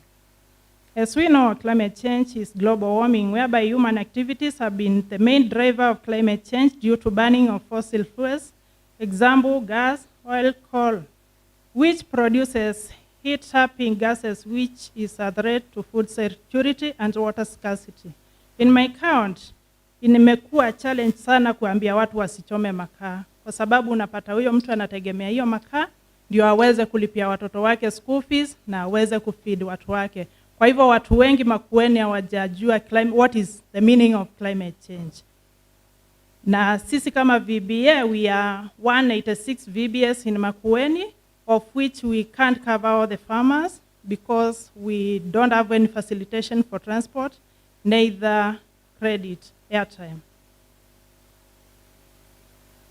In my county, that is Makueni, is largely arid and semi-arid land prone to frequent droughts due to unreliable rainfall. We experience two rain seasons in a year. That is long rains, which we get in March, April, and May, and short rains. We receive them on October, November, and December. For now, we are preparing our lands for that short rain. Some farmers in our region are not even aware of climate change, whereby Makueni County is heavily reliant on its agricultural sector, both for feeding its regional population and as well economic revenues. Yet farmers are affected by climate change. Soil health is the key to food security. Implementation of regenerative agriculture or climate-smart agriculture practices and technologies leads to a significant reduction of cost of production and improved soil health, hence leading to human health. Climate-smart agriculture technologies are minimum soil disturbance, as I've said earlier, cover crops, crop rotation, soil and water conservation, intercropping, mulching, agroforestry, even fruit farming. Bigger percentage of Makueni farmers have ventured into fruit farming, whereby the examples are oranges, fixes, and mangoes. To diversify farming, hence climate change is not only about change in weather conditions affecting rainfall and temperatures. It also provides opportunities for new pests and diseases. Have made an entry in Makueni County. Example, citrus canker, scales, gummosis, mites, aphids, and so on, whereby most farmers mishandle the farm chemicals due to lack of knowledge on how to handle the chemicals, hence leading to higher percentage of skin cancers and also types of cancer. Finally, farmers need full support on capacity building on issues of climate change. Therefore, adaptation measures should not be limited. On the other hand, I had some things to display. So technical team, that is what we call the fruit trees. Farmers have ventured into that pixie tree, that is from my farm, but we have a challenge of these pests. They are disturbing us a lot, hence causing losses. Next. That is the maize from my farm. I've done it through regenerative agriculture, whereby inasaidia sana ile kupata the percentage, the other percentage ile mmeuliza, mtu anaweza improve from 1 debe to 10 bags. How? The farm is 3 acres. And before I learned on regenerative agriculture technologies, I wasn't even getting anything from my farm. But hence I started practicing since 2020. Nimeona nimeimprove sana. And with the time, I'm very sure hata sitakuwa nahitaji the fertilizer. I'll be using only manure. Although there is a lot of challenges in this regenerative agriculture. It is so costly. Inahitaji hela sana. Kwa hivyo kwa mkulima wa kawaida inakuwa challenge sana. Sasa hiyo ni mahindi imelimwa the last season, ile tu kilimo ya kawaida. Kwa hivyo comparing to ile kwa mmeona ya kwanza na hii sasa iko hapa, so there will be a big difference in the yields. That is nyota bean, which is high in iron and zinc and has no acid. Planted at area, that is dolichos, planted for cover crops. That is a farm garden whereby I do vegetables and fruits. Ndio niweze kupata ile chakula mzuri yenye haina chemicals, juu ile chemical natumia hapo ni mimi mwenyewe naangalia the date, the PHI. Those are fruits from my farm. On that picture nilikuwa na train wakulima on post-harvest handling. Hiyo pia nilikuwa na wafunza jinsi ya kushikashika the farm chemicals na jinsi ya kujizuia isipokuwa kuna challenge. Mkiangalia zile manguo nimevaa ni zile tu za kawaida zenye zinaweza ingia maji na hiyo dawa inaweza nipata. So still there is a challenge on kujikinga hiyo dawa. Kuna challenge kubwa cause ukiangalia the set of those clothes za spraying it's like 11,000 na kakitu. Na hapa umesukumwa na fees, umesukumwa na mbolea, umesukumwa na hii na hii. Hapo mkiangalia kwa shamba kuna crop residue retention whereby that crop residue retention helps in terms of kupea chakula rotuba. Ikiozea hapo inarutubisha hiyo mchanga na pia inazuia soil erosion na pia moisture retention. Kwa hiyo picha nilikuwa nimehost Makueni Agricultural Officer, the CEO and Agra Chief and other CEOs from Tharaka Nithi and Meru at my demo farm. They came to learn on regenerative agriculture.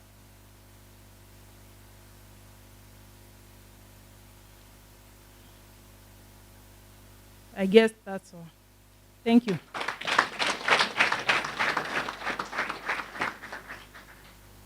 Yes, just as promised, extremely practical.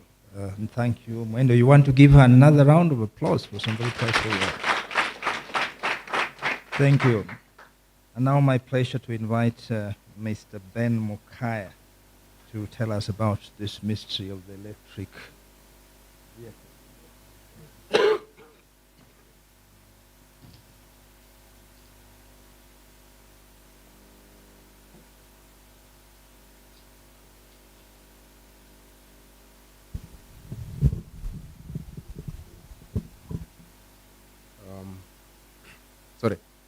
My name is Ben. I'm here on behalf of Jit Bhattacharya, who is the CEO and co-founder of Basigo. So I'm guessing everyone is asking.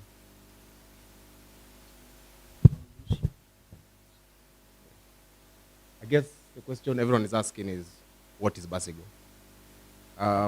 Basigo is an African e-mobility startup based in Kenya. We have operations in Nairobi now, where we have 19 electric buses ferrying passengers every day. And we have also just launched operations in Kigali, in Rwanda. As Basigo, our mission is to create the future of clean public electric transport in Africa. And someone might ask, what does this mission have to do with anything? I'm sure most of you have traveled across the world. And the one common feature you see in African cities is buses. We are people who move across thanks to electric buses. So in Nairobi alone, we have 20,000 diesel buses that ferry passengers every day. And the effect of these diesel buses, you can feel them every day. If you walk around the streets of Nairobi, you're met with soot and smoke and all these pollutants. And from a climate change perspective, in the past 10 years, transport sector emissions have more than doubled, which highlights the current trajectory of urbanization in Kenya, and also the fact that we are moving more and we are more mobile. And for a city that is projected to hit 10 million people in the near future, we have to start building the future of how we move around. We cannot get stuck in the same system. Yes, like I said, there are over 20,000 matatus in Nairobi, and there are over 173 matatus all over Kenya. So the challenge we have now is how do we transform how we move from diesel to electric? Now, if we were to do a comparison of a diesel bus and an electric bus across 12 months, you'll realize that an electric bus consumes 50 megawatt hours of electricity as compared to a diesel bus that consumes 20,000 liters of diesel. An electric bus is also cheaper to operate for our transport sector operators who are really complaining about the high cost of diesel. If you've been paying attention, you'd realize last month or the month before, public transport operators held a protest over the increased taxation of diesel. So the high cost of diesel is a pain point. And if you look at the slide, you realize that the fuel cost for a similar capacity electric bus is 75% cheaper for an operator. So we believe that in addition to all the other good things that electric buses do, they're cheaper to operate for our transport operators. When you look at emissions, you can see that a diesel bus emits up to 60 tons of carbon dioxide equivalent every year. We compare that with an electric bus, which is 3 tons, which is mostly from the grid. Electric buses do not emit any tailpipe emission. The only pollution you can tie to an electric bus is the emission that comes from generating electricity.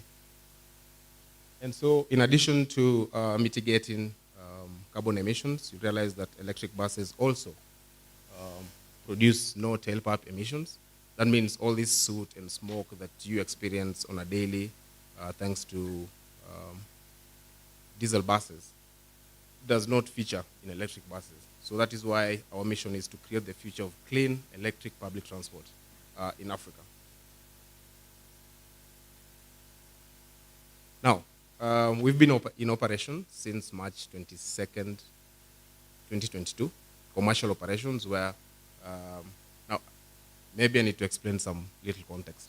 We do not operate the buses. We help the matatu operators to finance these buses. They operate the public transport, we help them because electric buses are very costly to acquire. So we finance the operators to acquire these electric buses.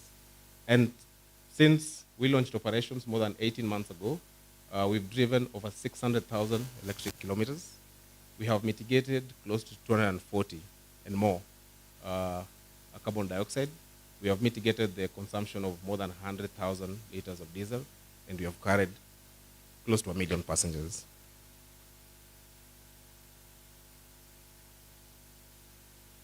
Now, what's all this about?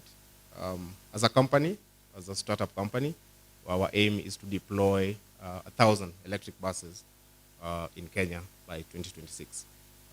Our mission is aligned to the government's target of having at least 5% of the vehicle stock in the country being electric by 2025. And we believe, from the numbers we've shown, that if we hit this target, then we will have mitigated the emission of 500,000 tons of carbon dioxide over that period. But before we get there,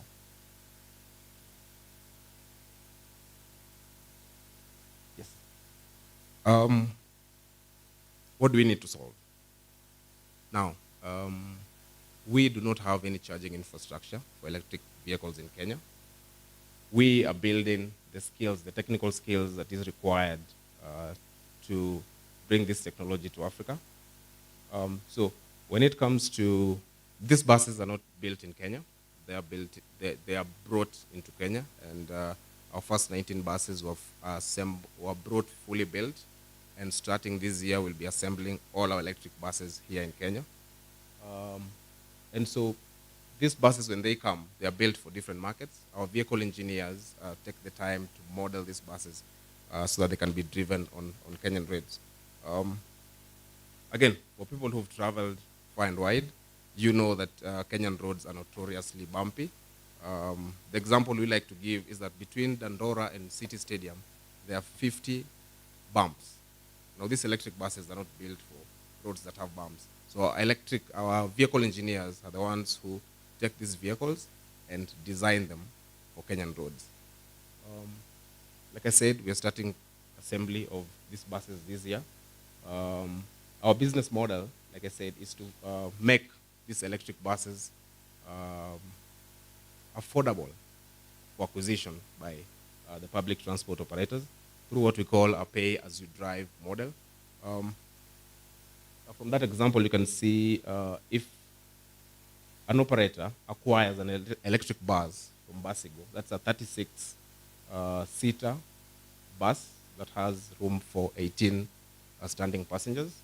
An operator can purchase that bus for 7.5 million, and for every kilometer they drive, they pay a per mileage subscription of 44 shillings, and with that 44 shillings, they get free charging, they get free service, they get maintenance, and all these things.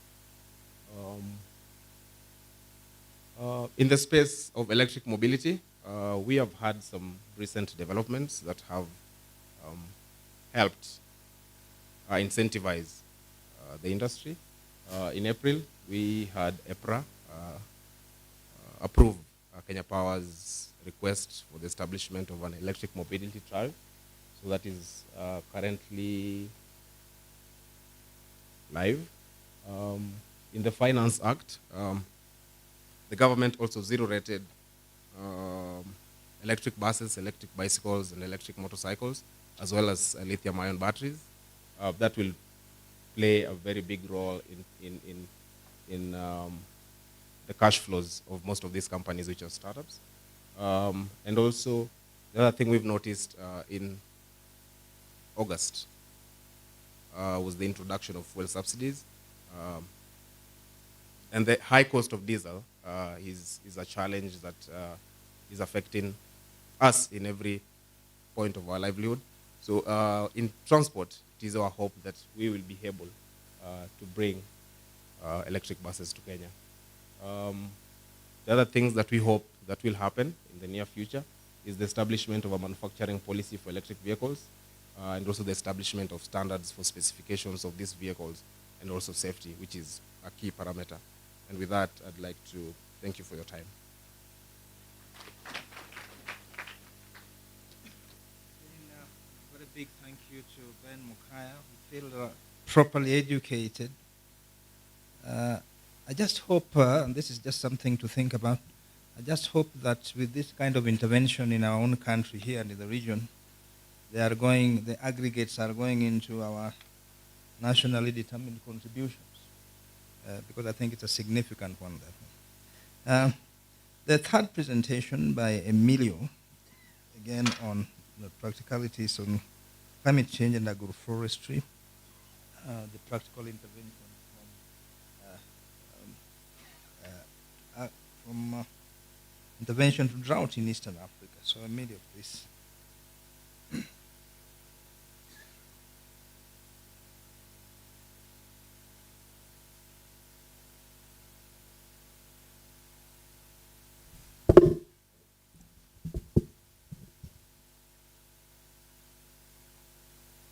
Thank you very much. Mandalita, good afternoon, everybody. I'm the second last presenter, so I will make it short so that we can come to the end of the day. If I've been introduced, my name is Emilio Mogo. If I came here as the chairman of NEMA, which is what I am, I would have taken over from where Ben has left, because he's basically assisting this country in containing vehicular emissions. So thank you very much, Ben. I think there is something that we are going to collaborate together to do, and I'm going to reach you out after here. On the topic that I have been given today, climate change and agroforestry, practical interventions to drought in Eastern Africa. This is a very interesting topic. I've started by giving the outline of what I'm going to provide in the first line, so I will not spend a lot of time in that.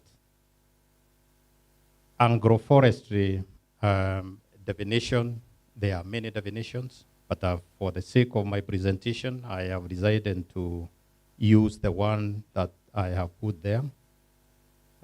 defining it as a dynamic, ecologically based natural resource management system that through the integration of forestry, of trees in farm and rangelands, diversifies and sustains smallholder production.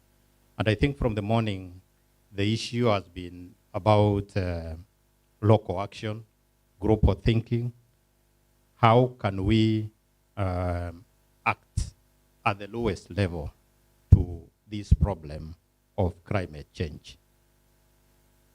So agroforestry as a science and also as a farming practice, because it's a science and it's a farming practice, combines both agriculture and forestry techniques to build more robust, productive, resilient, and diverse agroecological profiles.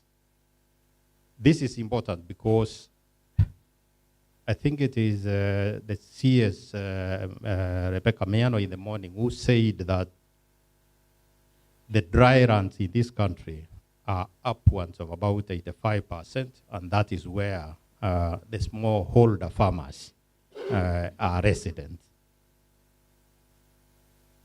So agroforestry basically is promoted to achieve sustainable, productive ecosystems that have potential to, number one, improve resilience. And this is important for those who have small land holdings and those who are suffering from poverty in the local areas. It's also addressing climate change and its variability. We know that climate change varies.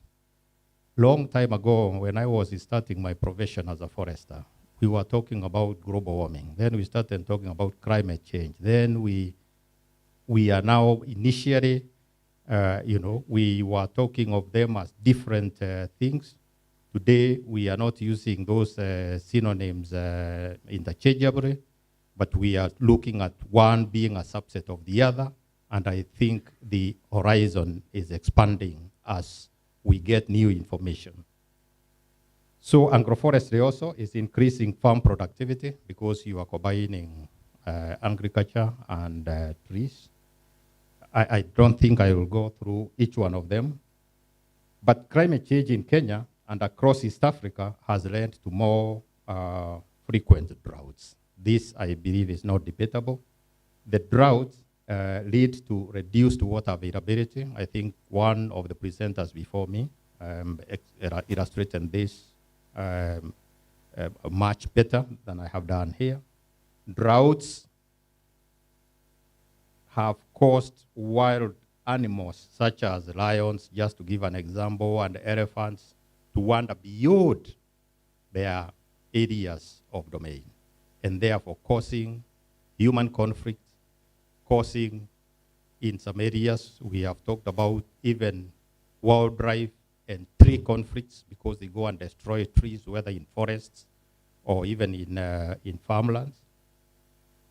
So this causes demographics and land use changes, the drought. So why agroforestry then? Agroforestry will be practiced for land and biodiversity improvement. When we mix trees with cultivate and crops, then the per unit biodiversity will be improved.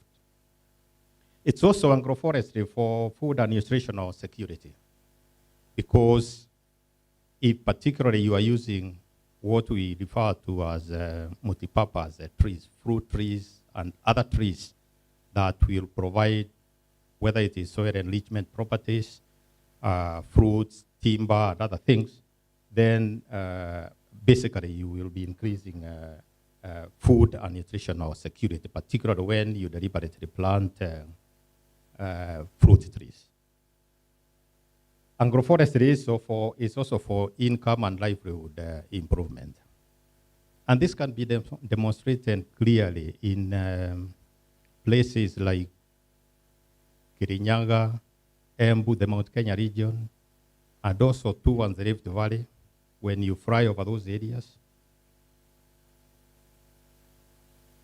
across the farmed areas, you think that the tree canopy is closing because of the trees there. And those trees have sustained the livelihoods of those people, and particularly the timber industry during the time that government put a moratorium on harvesting from the commercial plantations in government forests. So agroforestry also is for ecosystem services, climate change, and livelihoods. So what agroforestry does in climate change? It reduces threats and enhances agricultural landscape resiliency. It also facilitates species movement to more favorable conditions. It enhances sequestration of carbon, and it also contributes to the reduction of the GHG, the greenhouse gas emissions. So what are the broad agroforestry formations? Just to try and demystify these English terminologies. Weed breaks, we know and we encounter weed breaks in our estates where we live, in the farms and other places. It's also the riparian forest buffers is a form of agroforestry. The early cropping is also a form of agroforestry. Silvopasture is a form of agroforestry. Recently, I visited Makueni. And there is a farmer in Makueni. His name is Mwaneki, because he has allowed me to use his name. And during the drought, the one that we have gone through, that farmer was able, in Makueni, through rain fence management of the grasslands, to harvest over 200,000 bales of hay. And he was a savior. He transported his hay to places in northern Kenya. He sold part of that hay across the border in Tanzania. And this is a form of, because what he has done is basically to manage the indigenous grass in Makueni, around Kibwezi, and intercrop with local tree species, majorly the acacias. And he is harvesting and keeping his animals there, but harvesting the surplus here for purposes of sharing with, and basically making a livelihood out of it, selling it to other people. Forest farming is also another form of agroforestry. I know this is contentious in Kenya for those who have a forestry background, and I think I will be talking about it in the next slide. The town gear system, which is one of the oldest and most remarkable form of traditional forestry in Kenya, and we popularly refer to it as the shamba system. So it's just a form of, this is the system that was used in Kenya, basically to move away from, when the colonialists came, the main focus of forest management was exploitation of the indigenous forests, the camphors, the meruoaks, and all those other indigenous species that were in the forest. When the population started going down, then the commercial forest plantations came into being. And as a land of, as part of land preparation, the shamba system was introduced. in Kenya during the colonial times, and was practiced until sometimes in the 90s, in the 80s, when it was seriously abused. Government stopped it, then re-established it as Plantation Establishment and Livelihood Improvement Scheme in the year 2007. This practice is not only unique to Kenya. It's, as a forest, I will tell you, it is practiced in Uganda, in Tanzania, and in very many other, particularly the Asian countries. So that is Paris. I don't want to get into the details of that. But I want to, I think it was in the morning. Again, we were told that agriculture, forestry, and land use contribute a quarter of the global greenhouse gas emissions in this country. And this is what obtained in the year 2016. And you can see agriculture, forestry, and land use contributed 18, just about 18, which is just about a fifth of the greenhouse gas emissions in the country. So in the East African region, what lessons can we learn about practicing agriculture, agroforestry? In Uganda, for instance, and I believe there could be some participants from Uganda here, there is a scheme called it's a grant scheme that gives farmers a grant to plant trees to provide raw materials for their factories. And you are given, basically you are given some advance, some grant in advance so that you can invest in tree growing. And it is working very well with the poor communities. Some land holdings as small as 2 hectares, and that is something that we can borrow from. In Kenya, we have had several companies. These I have not put in my presentation. It's just experience having been in the forestry sector for quite some time. That agroforestry, you remember when ICRA was starting here, and that is the period when deliberate tree growing, mixing tree crops with agricultural crops was starting. And because of that then, agroforestry in Kenya expanded much faster than in some of our neighboring countries. About 3 weeks ago, I was in Addis Ababa, in Ethiopia. And basically, we were being taken through an agroforestry system where coffee is being grown under indigenous forests, another form of agroforestry.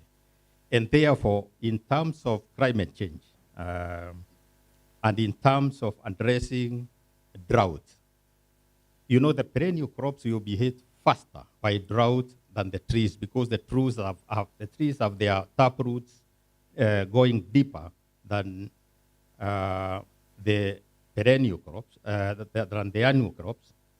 And therefore, when drought strikes, sometimes in those landscapes, the only thing you find is the trees and the shrubs that have been incorporated in those farming landscapes.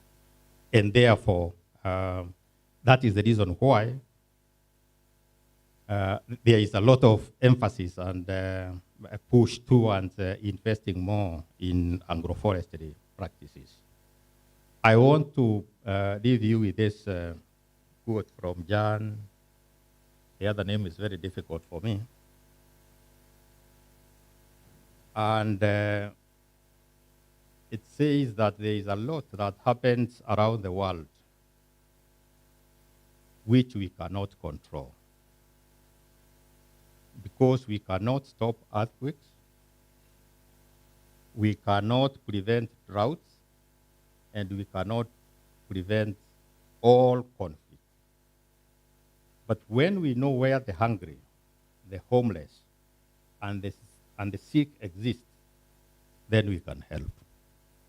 And I believe all of us here know where this happens. It's in the south, if you are looking at the global geopolitics, but it is also in the rural life, in the rural setups where this happens.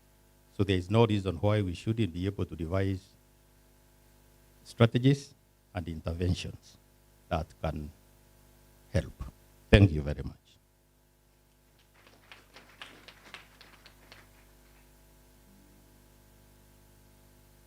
Thank you very much, Mr. Mugo, for your enlightening presentation around agroforestry interventions. We want to have the last presentation for this session, and we don't want to be the victims of time. So I'll ask Dr. Melka Buell to come and share with us the climate change adaptation and mitigations in South Africa and how you are actually implementing the national action plans in just about 10 minutes, sir. Thank you.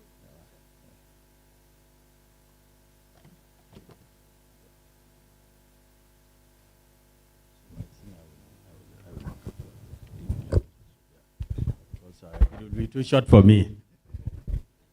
Mr. Chairman, ladies and gentlemen, first of all, allow me to thank the organizer, the GLOSA, for inviting me to this special occasion. Some of us, when you talk, I lived before in Germany 15 years ago, where I was doing my study.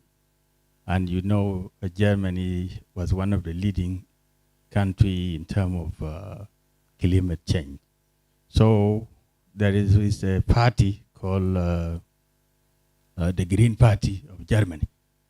When they talk about climate change, people say they are mad people, including myself when I was there. But with the time, we realized that we were the mad people, they were not the mad people. And you know that the Green Party today, the ruling party in Germany, they have knocked out the other traditional political party because of concept of issue to do with climate change. So when we talk today, all the presenters, I thank them very much, because I realize that actually when we talk about climate change, we are talking about our life, about everything. We can see the presentation there. So today I'm going to talk briefly about the climate change adaptation and mitigation in South Sudan, implementation of National Action Plan. So I'm not going to waste your time, because I know we have heard a lot and I think we are tired. I can see some people are already sleeping. They are right to sleep. So please, I just ask my, okay. Yes, as I already mentioned, my name is Miller Rodbiel.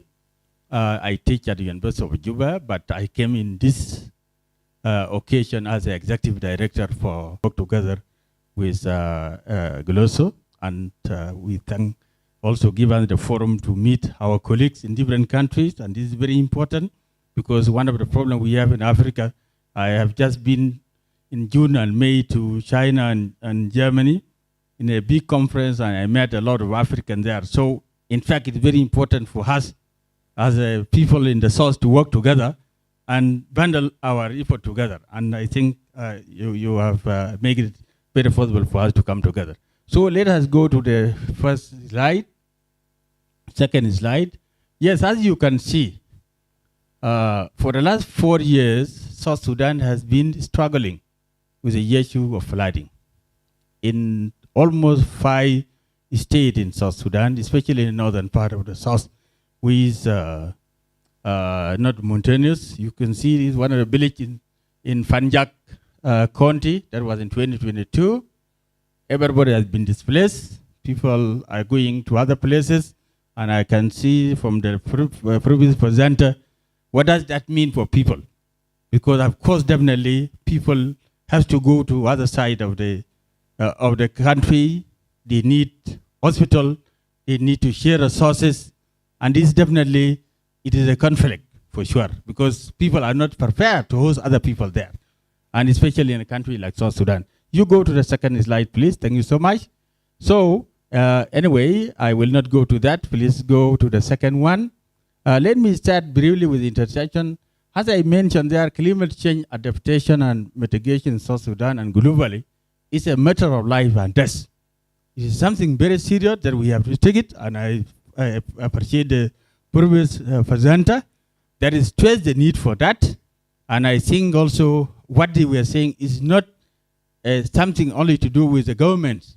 I think it calls all of us to work together to ensure that we take it very seriously. And if we take it very seriously, I think we'll find a way forward. So any country that fails to adjust its policy toward serious adaptation and mitigation will surely suffer greatly in terms of economic, socially, and politically. And we have seen in the first picture with South Sudan in that village in South Sudan. For the past 20 years or so, climate change-related factors such as flooding, dry up of rivers, lake and sea, lack of rain and deforestation of forestry and wetland have been noted with great concern. In fact, I've been traveling to Uganda for the last 10 years. I came to Uganda when I was coming from Germany, and I went to have a conference in Jinja. All of you know Jinja was a very paradise, very green, the source of the Nile, and it was very cold. It used to rain and so on. When I come back 5 years later on, and my colleague from Uganda is here, I found that these things were not there. They almost getting dry. I sometimes take my children for holidays there. This day I have to think twice whether I have to go there. So I'm looking for another source which is green now. You see, because we have a lot of investors who are coming there, they destroy the forest, the wetland, and so on. Sometimes they don't see, I feel very sorry. Because I see we are destroying a paradise, we are not going to get it again.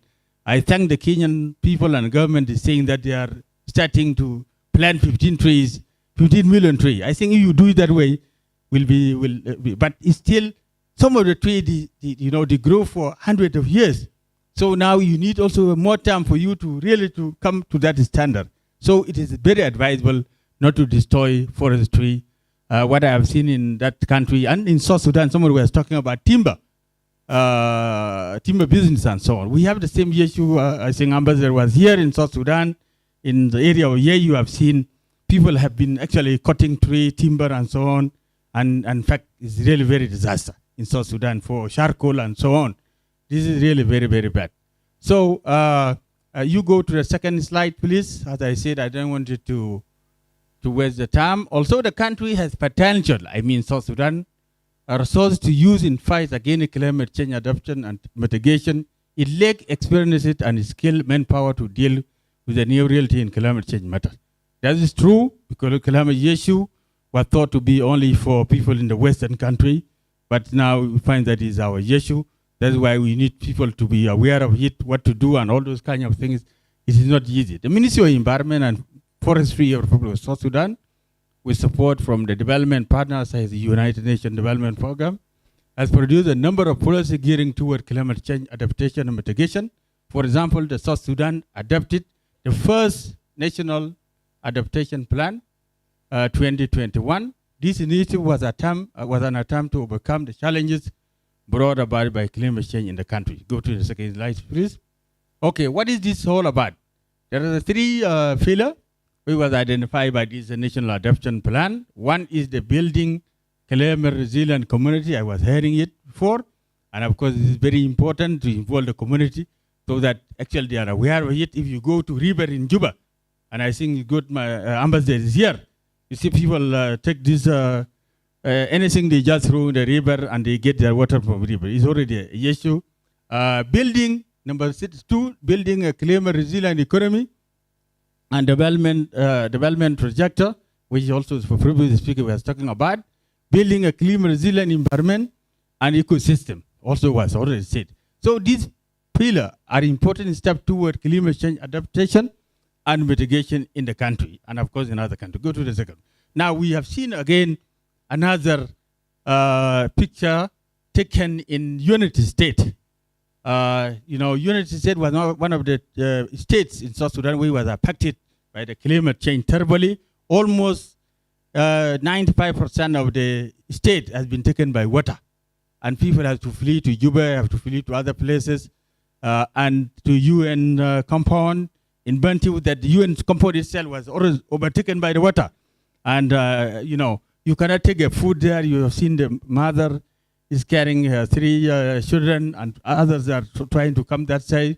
You can see this is a practical situation that we are saying, and I think, according to what I have learned from the IGAD weather forecast, also is going to increase, and we are actually expected more rain to come in South Sudan and also in the part of rest of the Horn of Africa. Go to the next slide, please. I am coming just briefly to the overview. As I said, the Republic of South Sudan has experienced a number of serious challenges in recent years. Some of these challenges were the 2013-2016 conflict. We were brought to an end in 2018. And you know that with the agreement that paved the way for formation of national unity government in Juba in February 2022. The second important challenge we got was the unprecedented flooding, which I already mentioned. So actually, just to go briefly, the 2013 and 2016 has affected South Sudan. And all of you are aware that between 2008 and 2016, South Sudan, the GDP of South Sudan was almost more than 6 countries in East Africa, was the highest. And even the South Sudanese pound was the strongest currency, where actually you have $1 is 2 pound and 2.5 was very strong. I remember I used to go with 100 SSP to Uganda, and I stay in a hotel for a night with just 100, you know, I pay only 30, and you have a bed and breakfast in that. You see, today, our currency, now you have $100, $1 is equal to almost 1,000 something now, SSP. So you have seen how the crisis of 2013, 2016 has affected our economy. A young country that is not prepared for all this, and definitely we have this flooding and so on. So in fact, we are in a difficult situation as far as South Sudan currently is concerned. The country is trying to fight this. You know, our minister of the country has changed almost about 7 ministers of finance and 8 governor of central bank less than 3 years, because they are unable to recover the economy. And of course, you know, we are also a dependent country. Currently, we import everything from Kenya and Uganda. So we are not producing.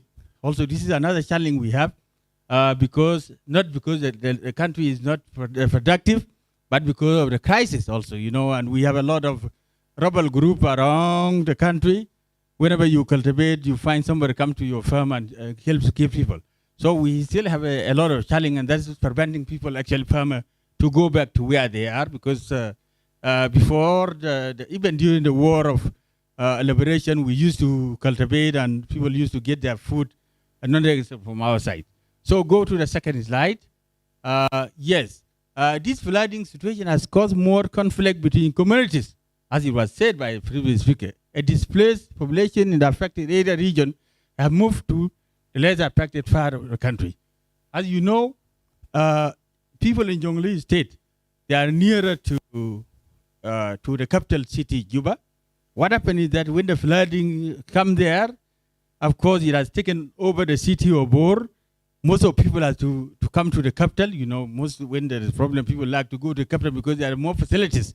So they came to the Equatoria with their cattle, and therefore there has been a lot of conflict between the host community in the Equatorial region and the people coming from Bor. This is because they have to share resources and and so on and so on. So I still only 3 minutes. Okay, I thought maybe I'm yeah. So of course, as I mentioned, it has the flooding has affected Unity State, Jonglei, and Obanal State, plus Werribee State. You know, and so it has really is something that you can see physically. You go to the other one. Okay, let me see what is there. Of course, according to the report, South Sudan is one of the most vulnerable countries in the world to climate change, for sure. For the country to be served, it has to double our effort in educating the population in climate change and the need to work together in building a resilient change such that the future of a coming generation is guided. South Sudan as a young nation has not made headway in dealing with poverty, low level of education, and continual food insecurity. So I think, Mr. Chairman, I will not going to go ahead. I would like just to thank a listener here, and I think the paper is there. I can share with people. I think our Globe will share with you. So thank you very much for your. Thank you very much. Thank you, my Dr. Biel. I wish we had more time because I actually enjoyed your narratives. It's just that sometimes we have to manage time. Professor Gufu Oba, it is now your turn to give us your reflections on some of this, and I'm sure you had a chance to probably see Dr. Biel's paper, and also you can give us the missing links in all this. I saw his slides, but others I did not actually see. But we always make things up, you see, with time. So no problem. Let me first thank the organizers, GLOSEPS. It has been a privilege for me to attend this conference, invited. Actually, I would say I have not been to a conference in Kenya of this magnitude during the last 26 years when I was in diaspora. So for me, it is a privilege to see an accumulation of Kenyan academics from different disciplines, and particularly so from the military sciences. This is very impressive. I was trained in the US also, and in University of Arizona, Tucson, where we had a military department in our university. And it is from there that I started appreciating the role the military plays, the kind of knowledge that they have accumulated over years.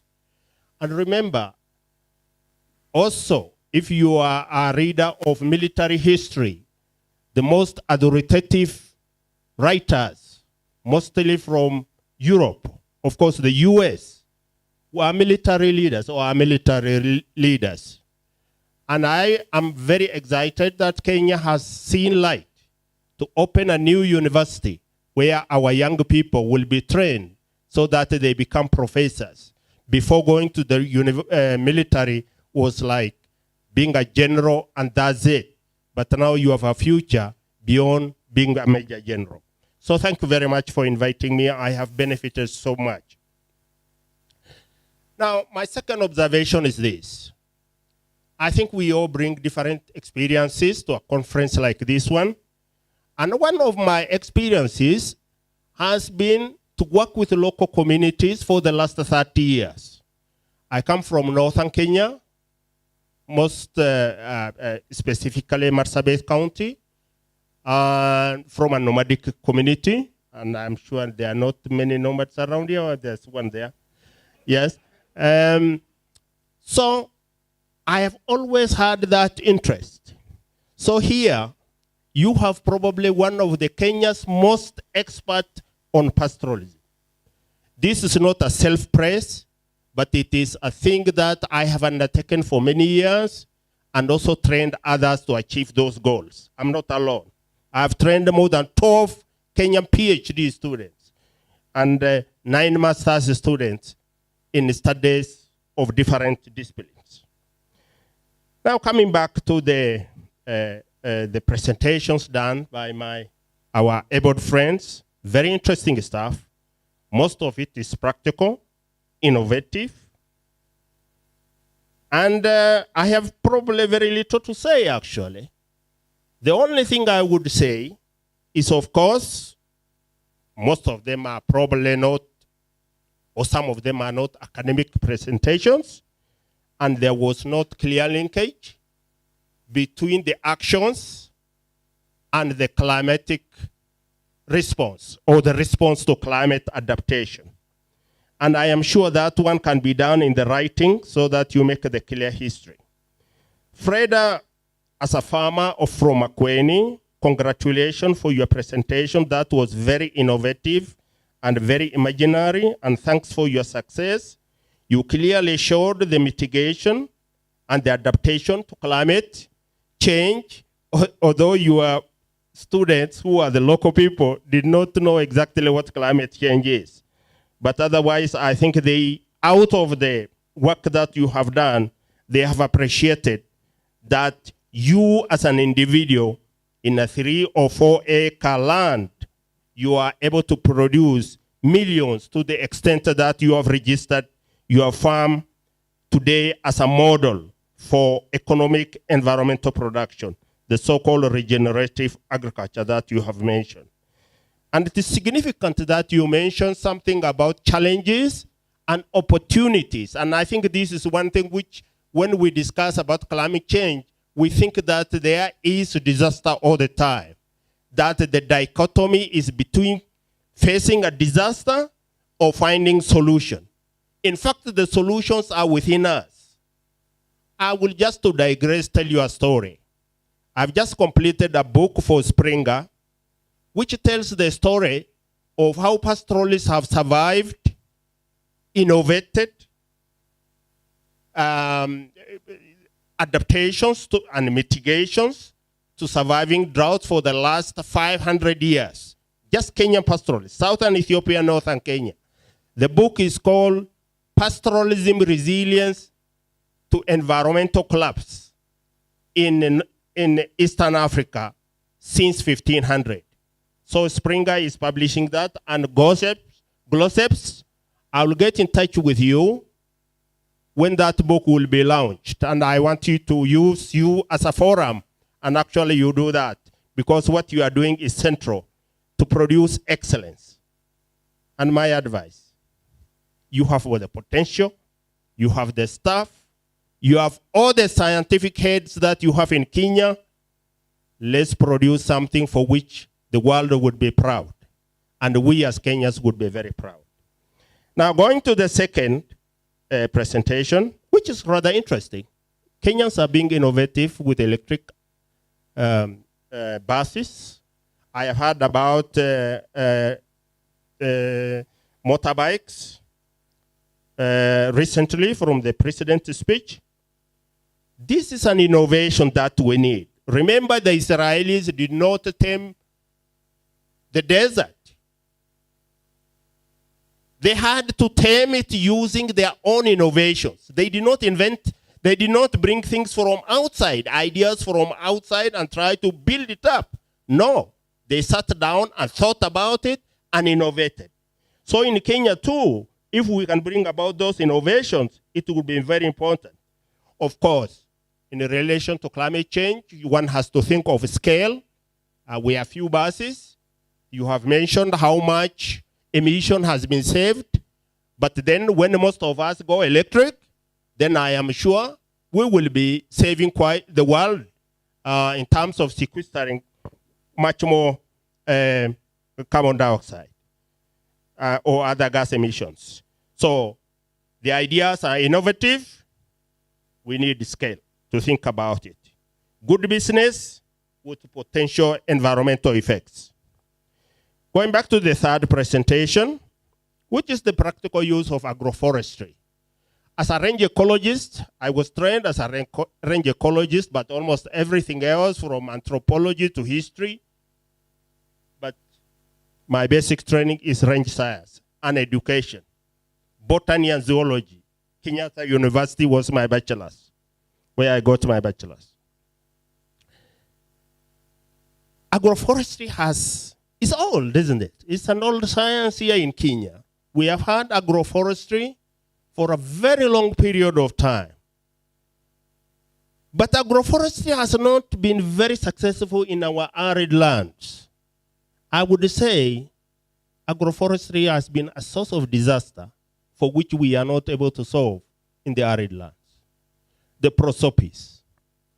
I am sure you know the story which was in the newspapers about this goat being dragged before the laws of Kenya by people from Baringo who are accusing the government for introducing prosopis. And the evidence was the goat. But the serious thing is that prosopis has destroyed our arid environments. If you ask me as a range ecologist, we probably have a lot more vegetation in arid lands than many people imagine. In fact, in some places, we have too many trees. The so-called bush encroachment is a major problem. So, before we start planting the 15 billion trees in our arid lands, please do a bit of research. Don't plant prosopis in the first place. That is very serious. But of course, agroforestry has played a very important role in agro-pastoral system, particularly. And the story of Kitui and Machakos, I think, is for everyone to know that there is this story, the title of the book, I think written by some British scholars and Kenyans. Too many people don't cause a lot of erosion because they say first, because too many people, then your land is eroded. But in the Machakos, there are too many people, but there are too many trees, and therefore the environment has been conserved. So we have an example of Machakos and Kitui as a success story where activities of agroforestry has actually been very successful in the past. And I do agree with you that for those who have studied this, agroforestry has been a very important source of carbon sequestration over this period of time. Now, coming to our friend, very dramatic, our Dr. Mela Rao, and thank you for your books because I am very much interested. This man is a story himself. From a child soldier to, I don't know, running away to then finally a professor at the university. It's a major transformation. His work is interesting, and I am sure he has not told us the story, but made it very general. But having said that, the flooding system in the Nile River basin in the region he has described is historical. It goes back many thousands of years. In the lower Nile basin, there is this vegetation called soot. And the soot is a floating marsh that serves as a sponge. It stops, it absorbs all the moisture that comes out and blocks. And since it is mobile, it blocks the river flow. And when there's so much water coming up, what happens is that you get these disastrous floods. And the people of South Sudan are really adapted to this system. The interesting thing is that as the flooding season comes in, there are few settlement areas which are ideal. Small islands, literally 25-kilometer distance in between each one of them. And people try to struggle over these so-called scarce resources. But the interesting thing is that if one ethnic group, for example, the Dinka, had settled already on the higher ground, the Nuer might not find a suitable place. And it has been explained recently that actually the conflict between the Nuer and the Dinka is based on this scarcity caused by flooding. And I am not quite sure to what extent our mitigation today, without involving major dredging, and I'm sure you know the story of the Jonglei Canal, which was done by the British ecologists in 1980s. That book is available. Oxford Press published that book. And they tell the story, how the river channels were transformed and new channels were dug so that you get this river flow. This is a very interesting presentation, but my conclusion from this is that in contrast, flooding cycles in wet seasons and the breakup of the pools during the dry season create a highly dynamic ecological system. Seasonal floods produce isolated raised grounds, which I've just described, risking competition for access, for creating conflicts among the pastoralist communities, and indeed this is one of the explanations.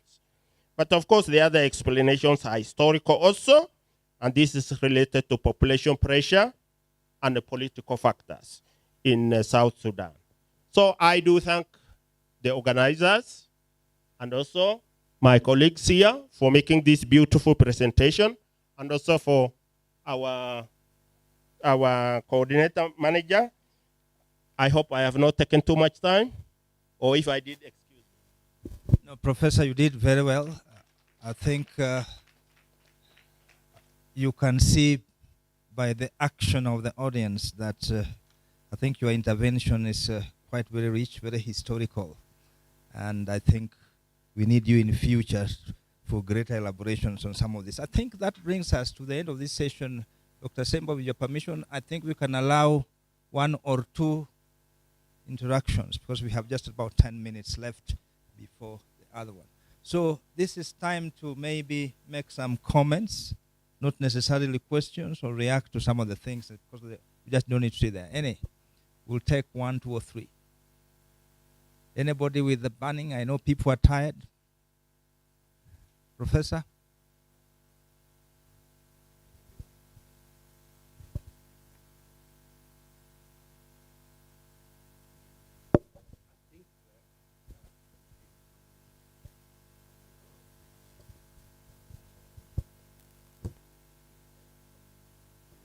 Is any better?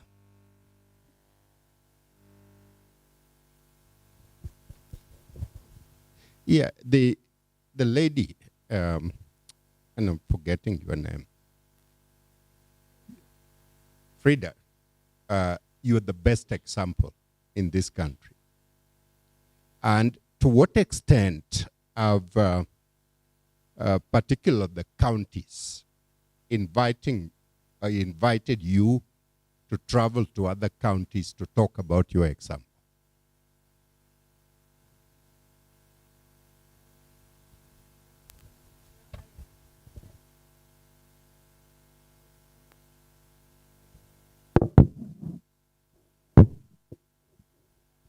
Regenerative agriculture on 2020, it's only this year, this past season, when I was visited by those agricultural CEOs from Makueni, Tarakanidhi, and Chembu, and I hosted another team from WR, and also I hosted another team from IPA for benchmarking, but I've never gotten assistance from any government, either county or national.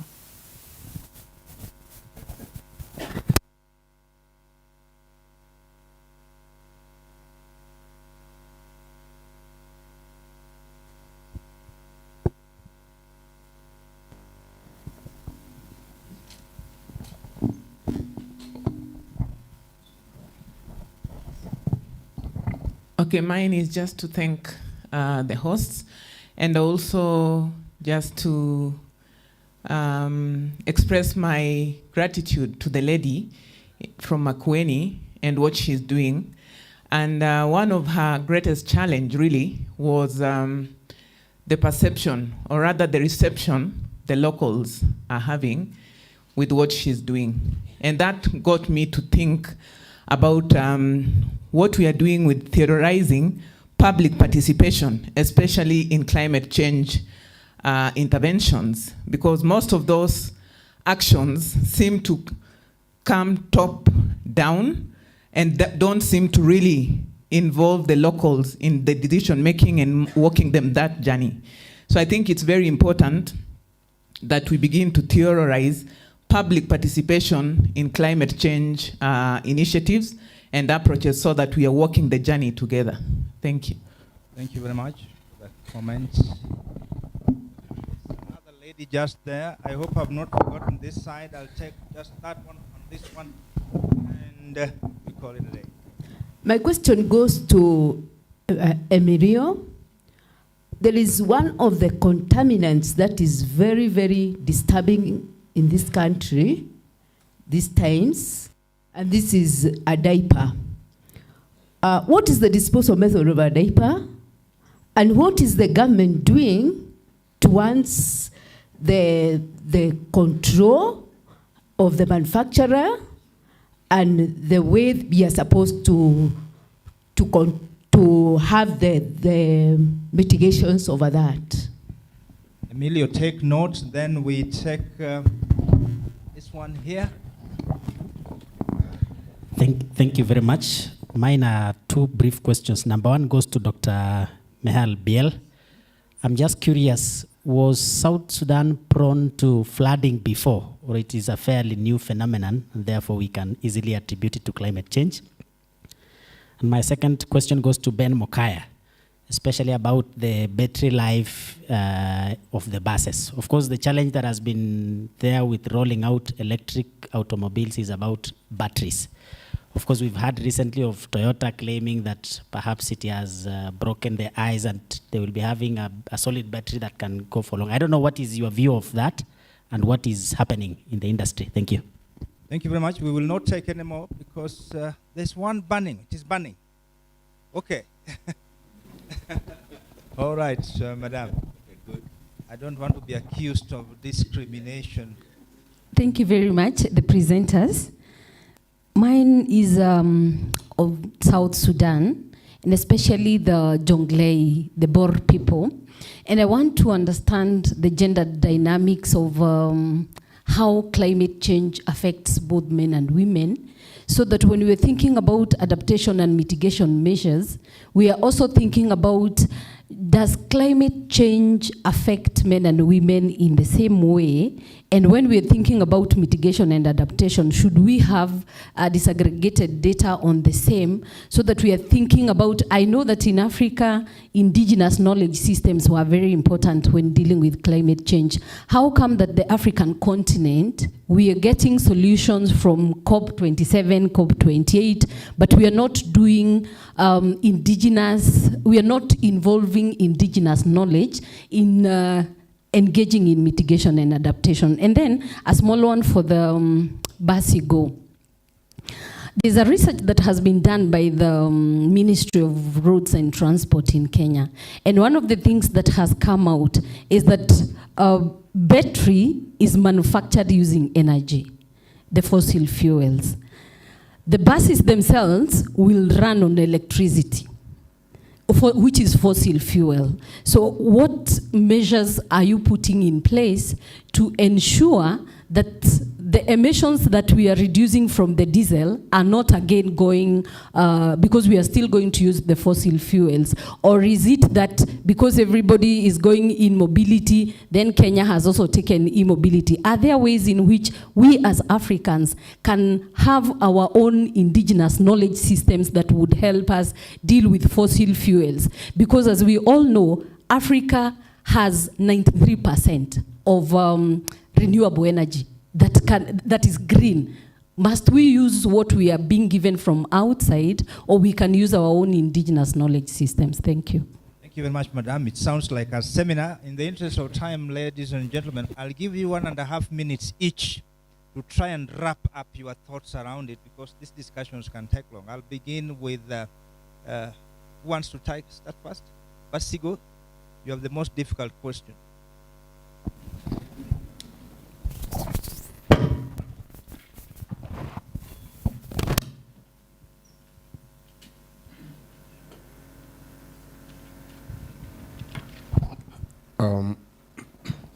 First and foremost, on behalf of Basigo, I want to thank the event organizers for inviting us to this session to share the innovation and the revolution you're bringing to public transport.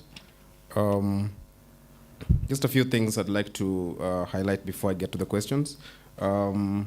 Policy is important because clean air, stable climate, and modern transport are public goods.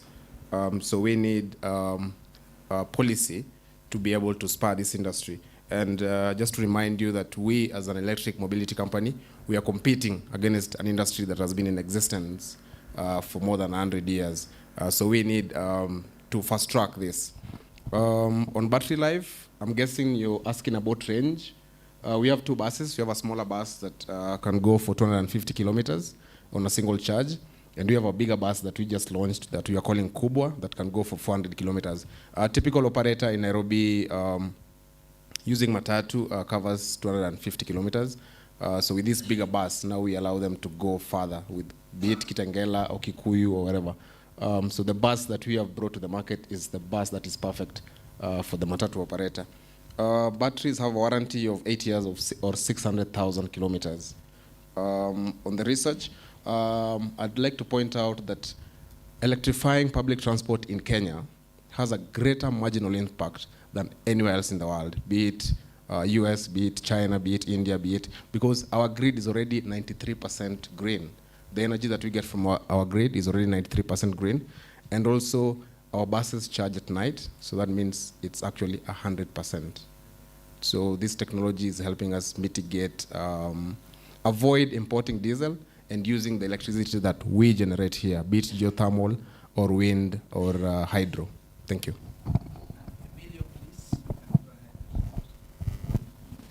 Yeah, thank you. The question was on the disposal or the Airbus. I believe that was slightly outside my topic today, but I will still talk to it. That as we move away from the plastics, and I didn't want to open that discussion here today because it can take long. One of the biggest producers of diabas now, for those who know, is those people who are dealing with recycled paper. Is one of the biggest producers, and NEMA is in discussion with them to try and use materials that would not overtly pollute the environment, with a discussion aiming to move towards a status where they would be using biodegradable materials. However, to reach to that, we have to reach out to the concerned stakeholders, develop regulations, and that is in the textile industry. And that discussion has already started, and therefore that is going to be some work that is in progress.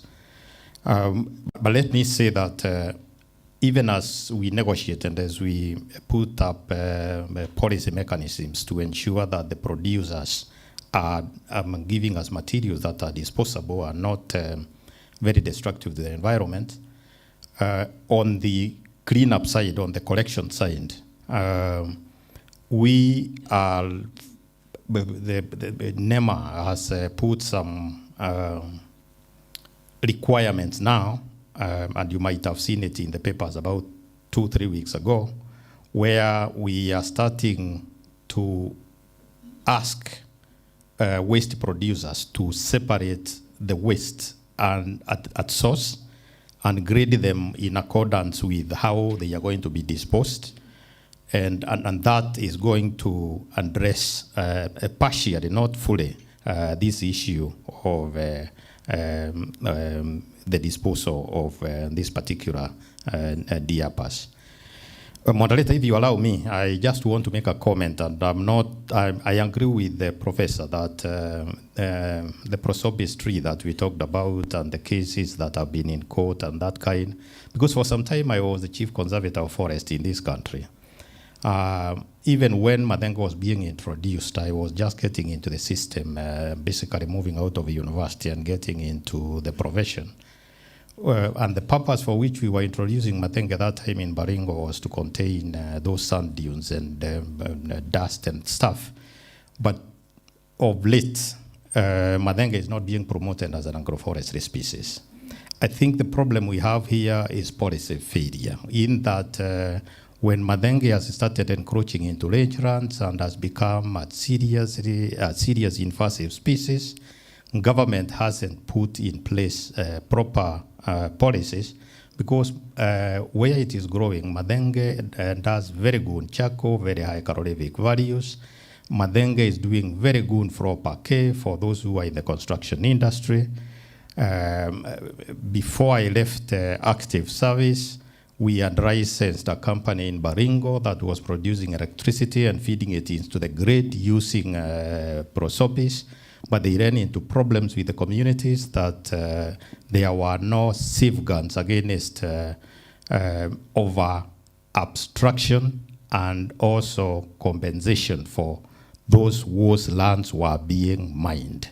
So I think there is a full room there where we can probably look at basically more about management now so that it doesn't encroach further than it has done and utilize that which we have. Indeed, as the National Environment Management Authority, we've received, I've been there now for a very short period, but there is very serious proposals, including by Magandi Sonda, to change over from using, because for those who know, the rangelands in Shambori are fully encroached by prosopis. So there are some people who have come up with proposals to use, basically to manage prosopis, the madenge, to produce energy and replace the heavy oil that Magandi and other heavy industries are using. As to whether we have the proper policy framework for that, I think that is a discussion for another day. Thank you.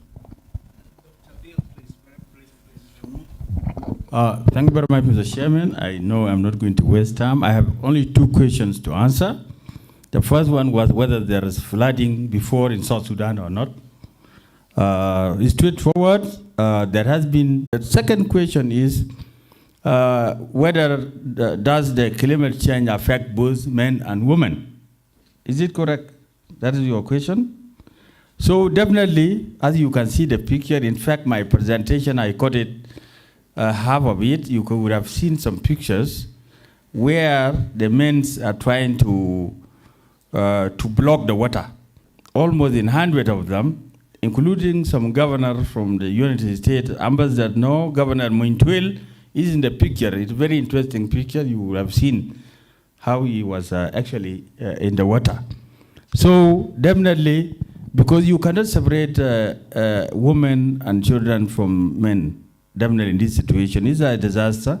So I'm a father, you know, when there is something affected me, I will not let my children. So definitely it is a disaster for humanity, for both men and women and their children, if I got your question very well. Yeah. The last one is a remark by Professor. I thank you very much, Professor. Of course, you mentioned the issue of Jonglei Canal. That has been a big issue.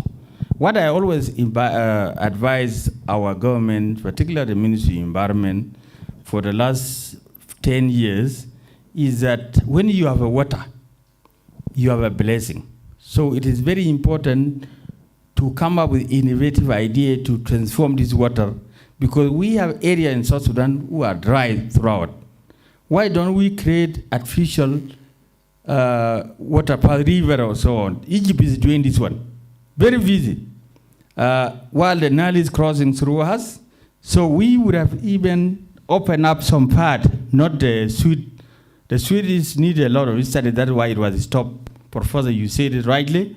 It was stopped in 1980, not to be dug, because there was no good scientific assessment made by those who want to dig it. It was actually interest of Egypt to open that Jonglei Canal so that water flows to Egypt.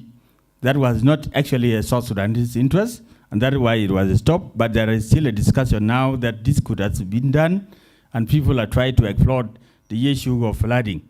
So I always told them that we could come up. I went to Netherlands, I see, and West North Germany, how they manage even the water, the ocean. You know, they have created something that you said is God who created, it's not a human being, to manage the water. So it is something that is what is happening in Africa, particularly in South Sudan and other areas, something that can be managed. People need to be very creative. And when you have water, we have seen from Israel how they are trying to be creative, but in fact, would be more better than them because we have the water. Thank you so much. Thank you, thank you very much indeed. Ladies and gentlemen, I think all good things must come to an end, if you allow me. But permit me just to not abuse the privilege of moderating, to really thank the speakers here. And just a point of information for Frida, because perhaps you do not know this, Makueni is the only, one of the few counties that I know where we are undertaking a program called Movement for Community-Led Development. And I know somebody raised this question. It is one of the experimental counties that was started, I believe, with Professor Kibwana, where we are trying to build the capacity of local communities. Decisions are not always top-bottom, but you can find that out because, and the second one has to do with, again, what you said about knowledge and awareness. At the Institute of Climate Change Adaptation at the University of where I spent many years since it was founded, from 2011 until I retired, the methodology that we use and encourage is normally called transdisciplinarity.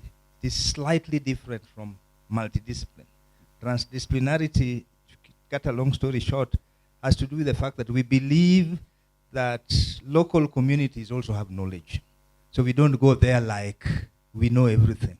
So I'm just saying that I think maybe the word climate change is the problem. But local communities through historical times, Professor, have knowledge of how climates. In fact, sometimes they're much more accurate than the weatherman. So it is just something that people are working. And of course, lastly, you know that both the Paris Agreement is now Article 12. It is still something we need to work on education and training and awareness, including such forums. UNFCCC has it at Article 6. So I just thought I would say, because it's an important takeaway from me, knowledge and awareness, we need to work on it. Last but not least, I think my other takeaway from Emilio, and of course from South Sudan, and even from the electric vehicle, is that there are actually practical options, even in the face of climate change. There are practical options. I liked the way, Professor, you put it, that in fact people tend to theorize climate change only as a disaster. Sometimes it presents opportunities. So with so many remarks, ladies and gentlemen, can we give ourselves a round of applause for an afternoon? So thank you very much for this session and for your patience. I may now hand over power to Dr. Asembo to give us guidance next. Thank you, thank you. Ladies and gentlemen, let's give another round of applause to the entire team. For the last session, it has been thought-provoking, and this is a session which we organized basically to bring us down here. We wanted to disengage from the rigors of academics and come down to the local realities and reflect on how climate change is impacting on the ground and what are the day-to-day innovations that are in place to deal with this menace. And let me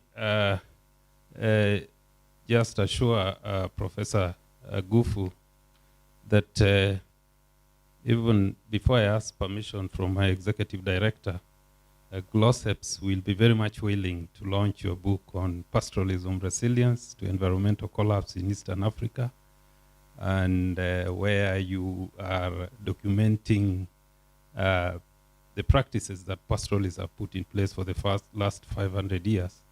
And that would be very, very special to me as a person, because I'm the grandson of a pastoralist. My grandfather, Joel Jura, 100 years ago, was able to train his bull. He named it Nyalenda. And the purpose of the bull was to run errands for him. And he would send the bull for tens of kilometers to deliver parcels and messages. And the bull would still come back home.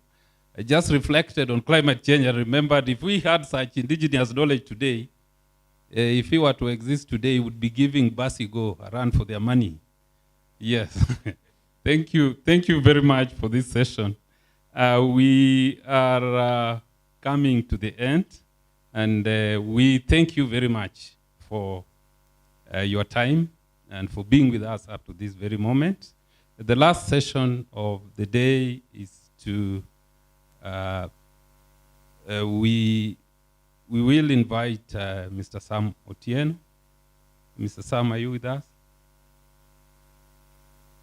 Yes, Mr. Sam. Are you ready? Okay, we are giving you the very final session just to give us a wrap-up and a summary of the day, and then we will close. But before Mr. Sam comes, I would like to just invite you to our tomorrow's session. Please don't go away. Tomorrow we have very, very interesting sessions. We'll begin with a session on sustainable development and climate change, which will be moderated by Dr. Ruth Kagia. And then we'll have our session. The next session 7 will be technology research and climate change, moderated by Professor Grace Njoroge. Then we'll have the last session on climate change and armed conflict in Eastern Africa, moderated by Dr. Susan Mwangi. And Professor Shem Oyo Wandiga of the Institute of Climate Change and Adaptation, University of Nairobi, has assured me he will be here to deliver the closing session. And he has promised to make it a showstopper. So please don't miss tomorrow. We kindly request you to be with us as we address or shape the future of climate change action plans for sustainable development in Eastern Africa. Mr. Sam, please, we give you this moment to give us a wrap-up of the day. Thank you very much, ladies and gentlemen.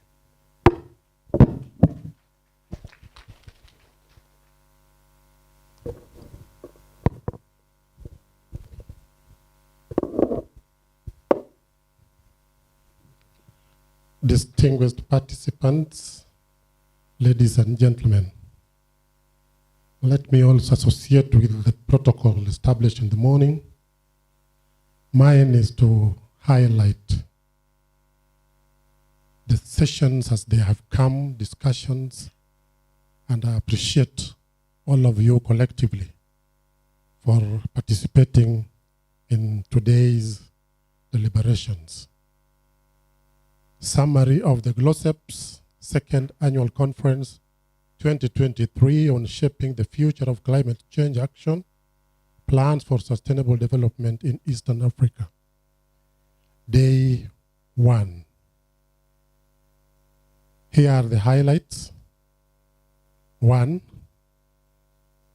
Acknowledgement of the growing climate security nexus, that climate change is an existential threat to our humanity. Climate change was recognized as a threat multiplier from a human security perspective. This is resulting in different impacts, including health, food security, displacement, and resource conflicts. The war is a recognition of a whole of society approach in national security. Climate change threats are transnational. There is need for global, regional, and local coordinated actions. These have impact on the realization of sustainable development goals and the realization of the Continental Blueprint Agenda 2063. Leveraging technology and the place of artificial intelligence for climate change agriculture. The climate action plans and strategies must speak to urgency, the need to organize ourselves and act now. Community engagement is critical to create awareness and ownership of climate change adaptation. The media is particularly important in this role. Embrace and integrate science, technology, and innovation in approaches to climate change mitigation and adaptation, including leveraging the place of artificial intelligence in research and innovation. The value of investment in renewable energy as a move towards clean energy, embracing green financing investments at local, regional, and international levels. Embracing indigenous knowledge systems for climate change adaptation.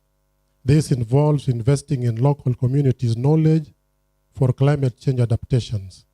The media is again critical in this respect. A whole of society approach that involves government, NGOs, civil society, and special interest groups such as women, girls, and youth in change adaptation and green financing investments. Enhanced and robust negotiation skills are critical based on understanding of climate change.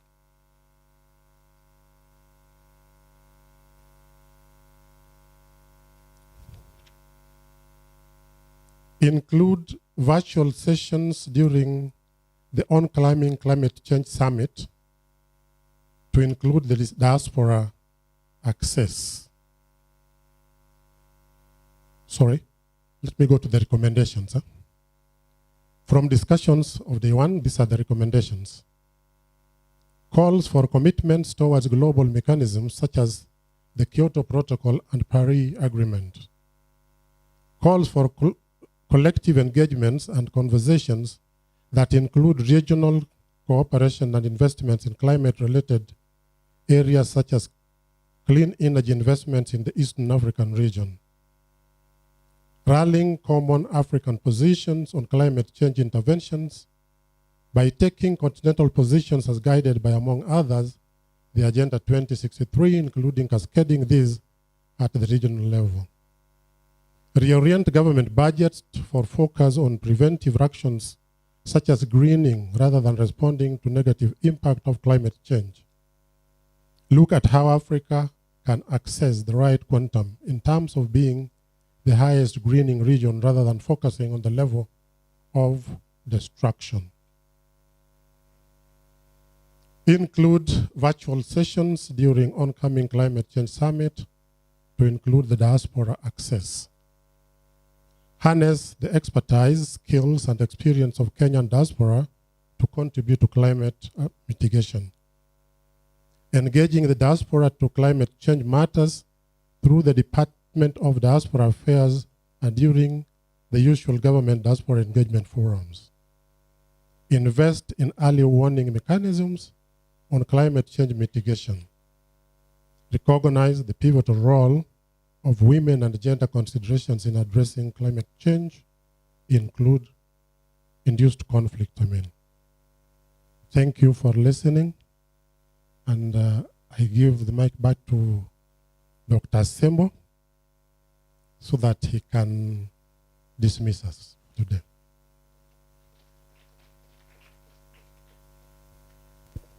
Okay. Thank you. Thank you very much, Mr. Sam Otieno is our non-resident research fellow for Development Pillar. Ladies and gentlemen, our session is ended. I'm not going to dismiss you, but guests leave at their pleasure. But just remember that we have some refreshments out here. Have a cup of tea before you leave. And please, let's meet tomorrow in the morning, same time. We shall respect your time. Thank you.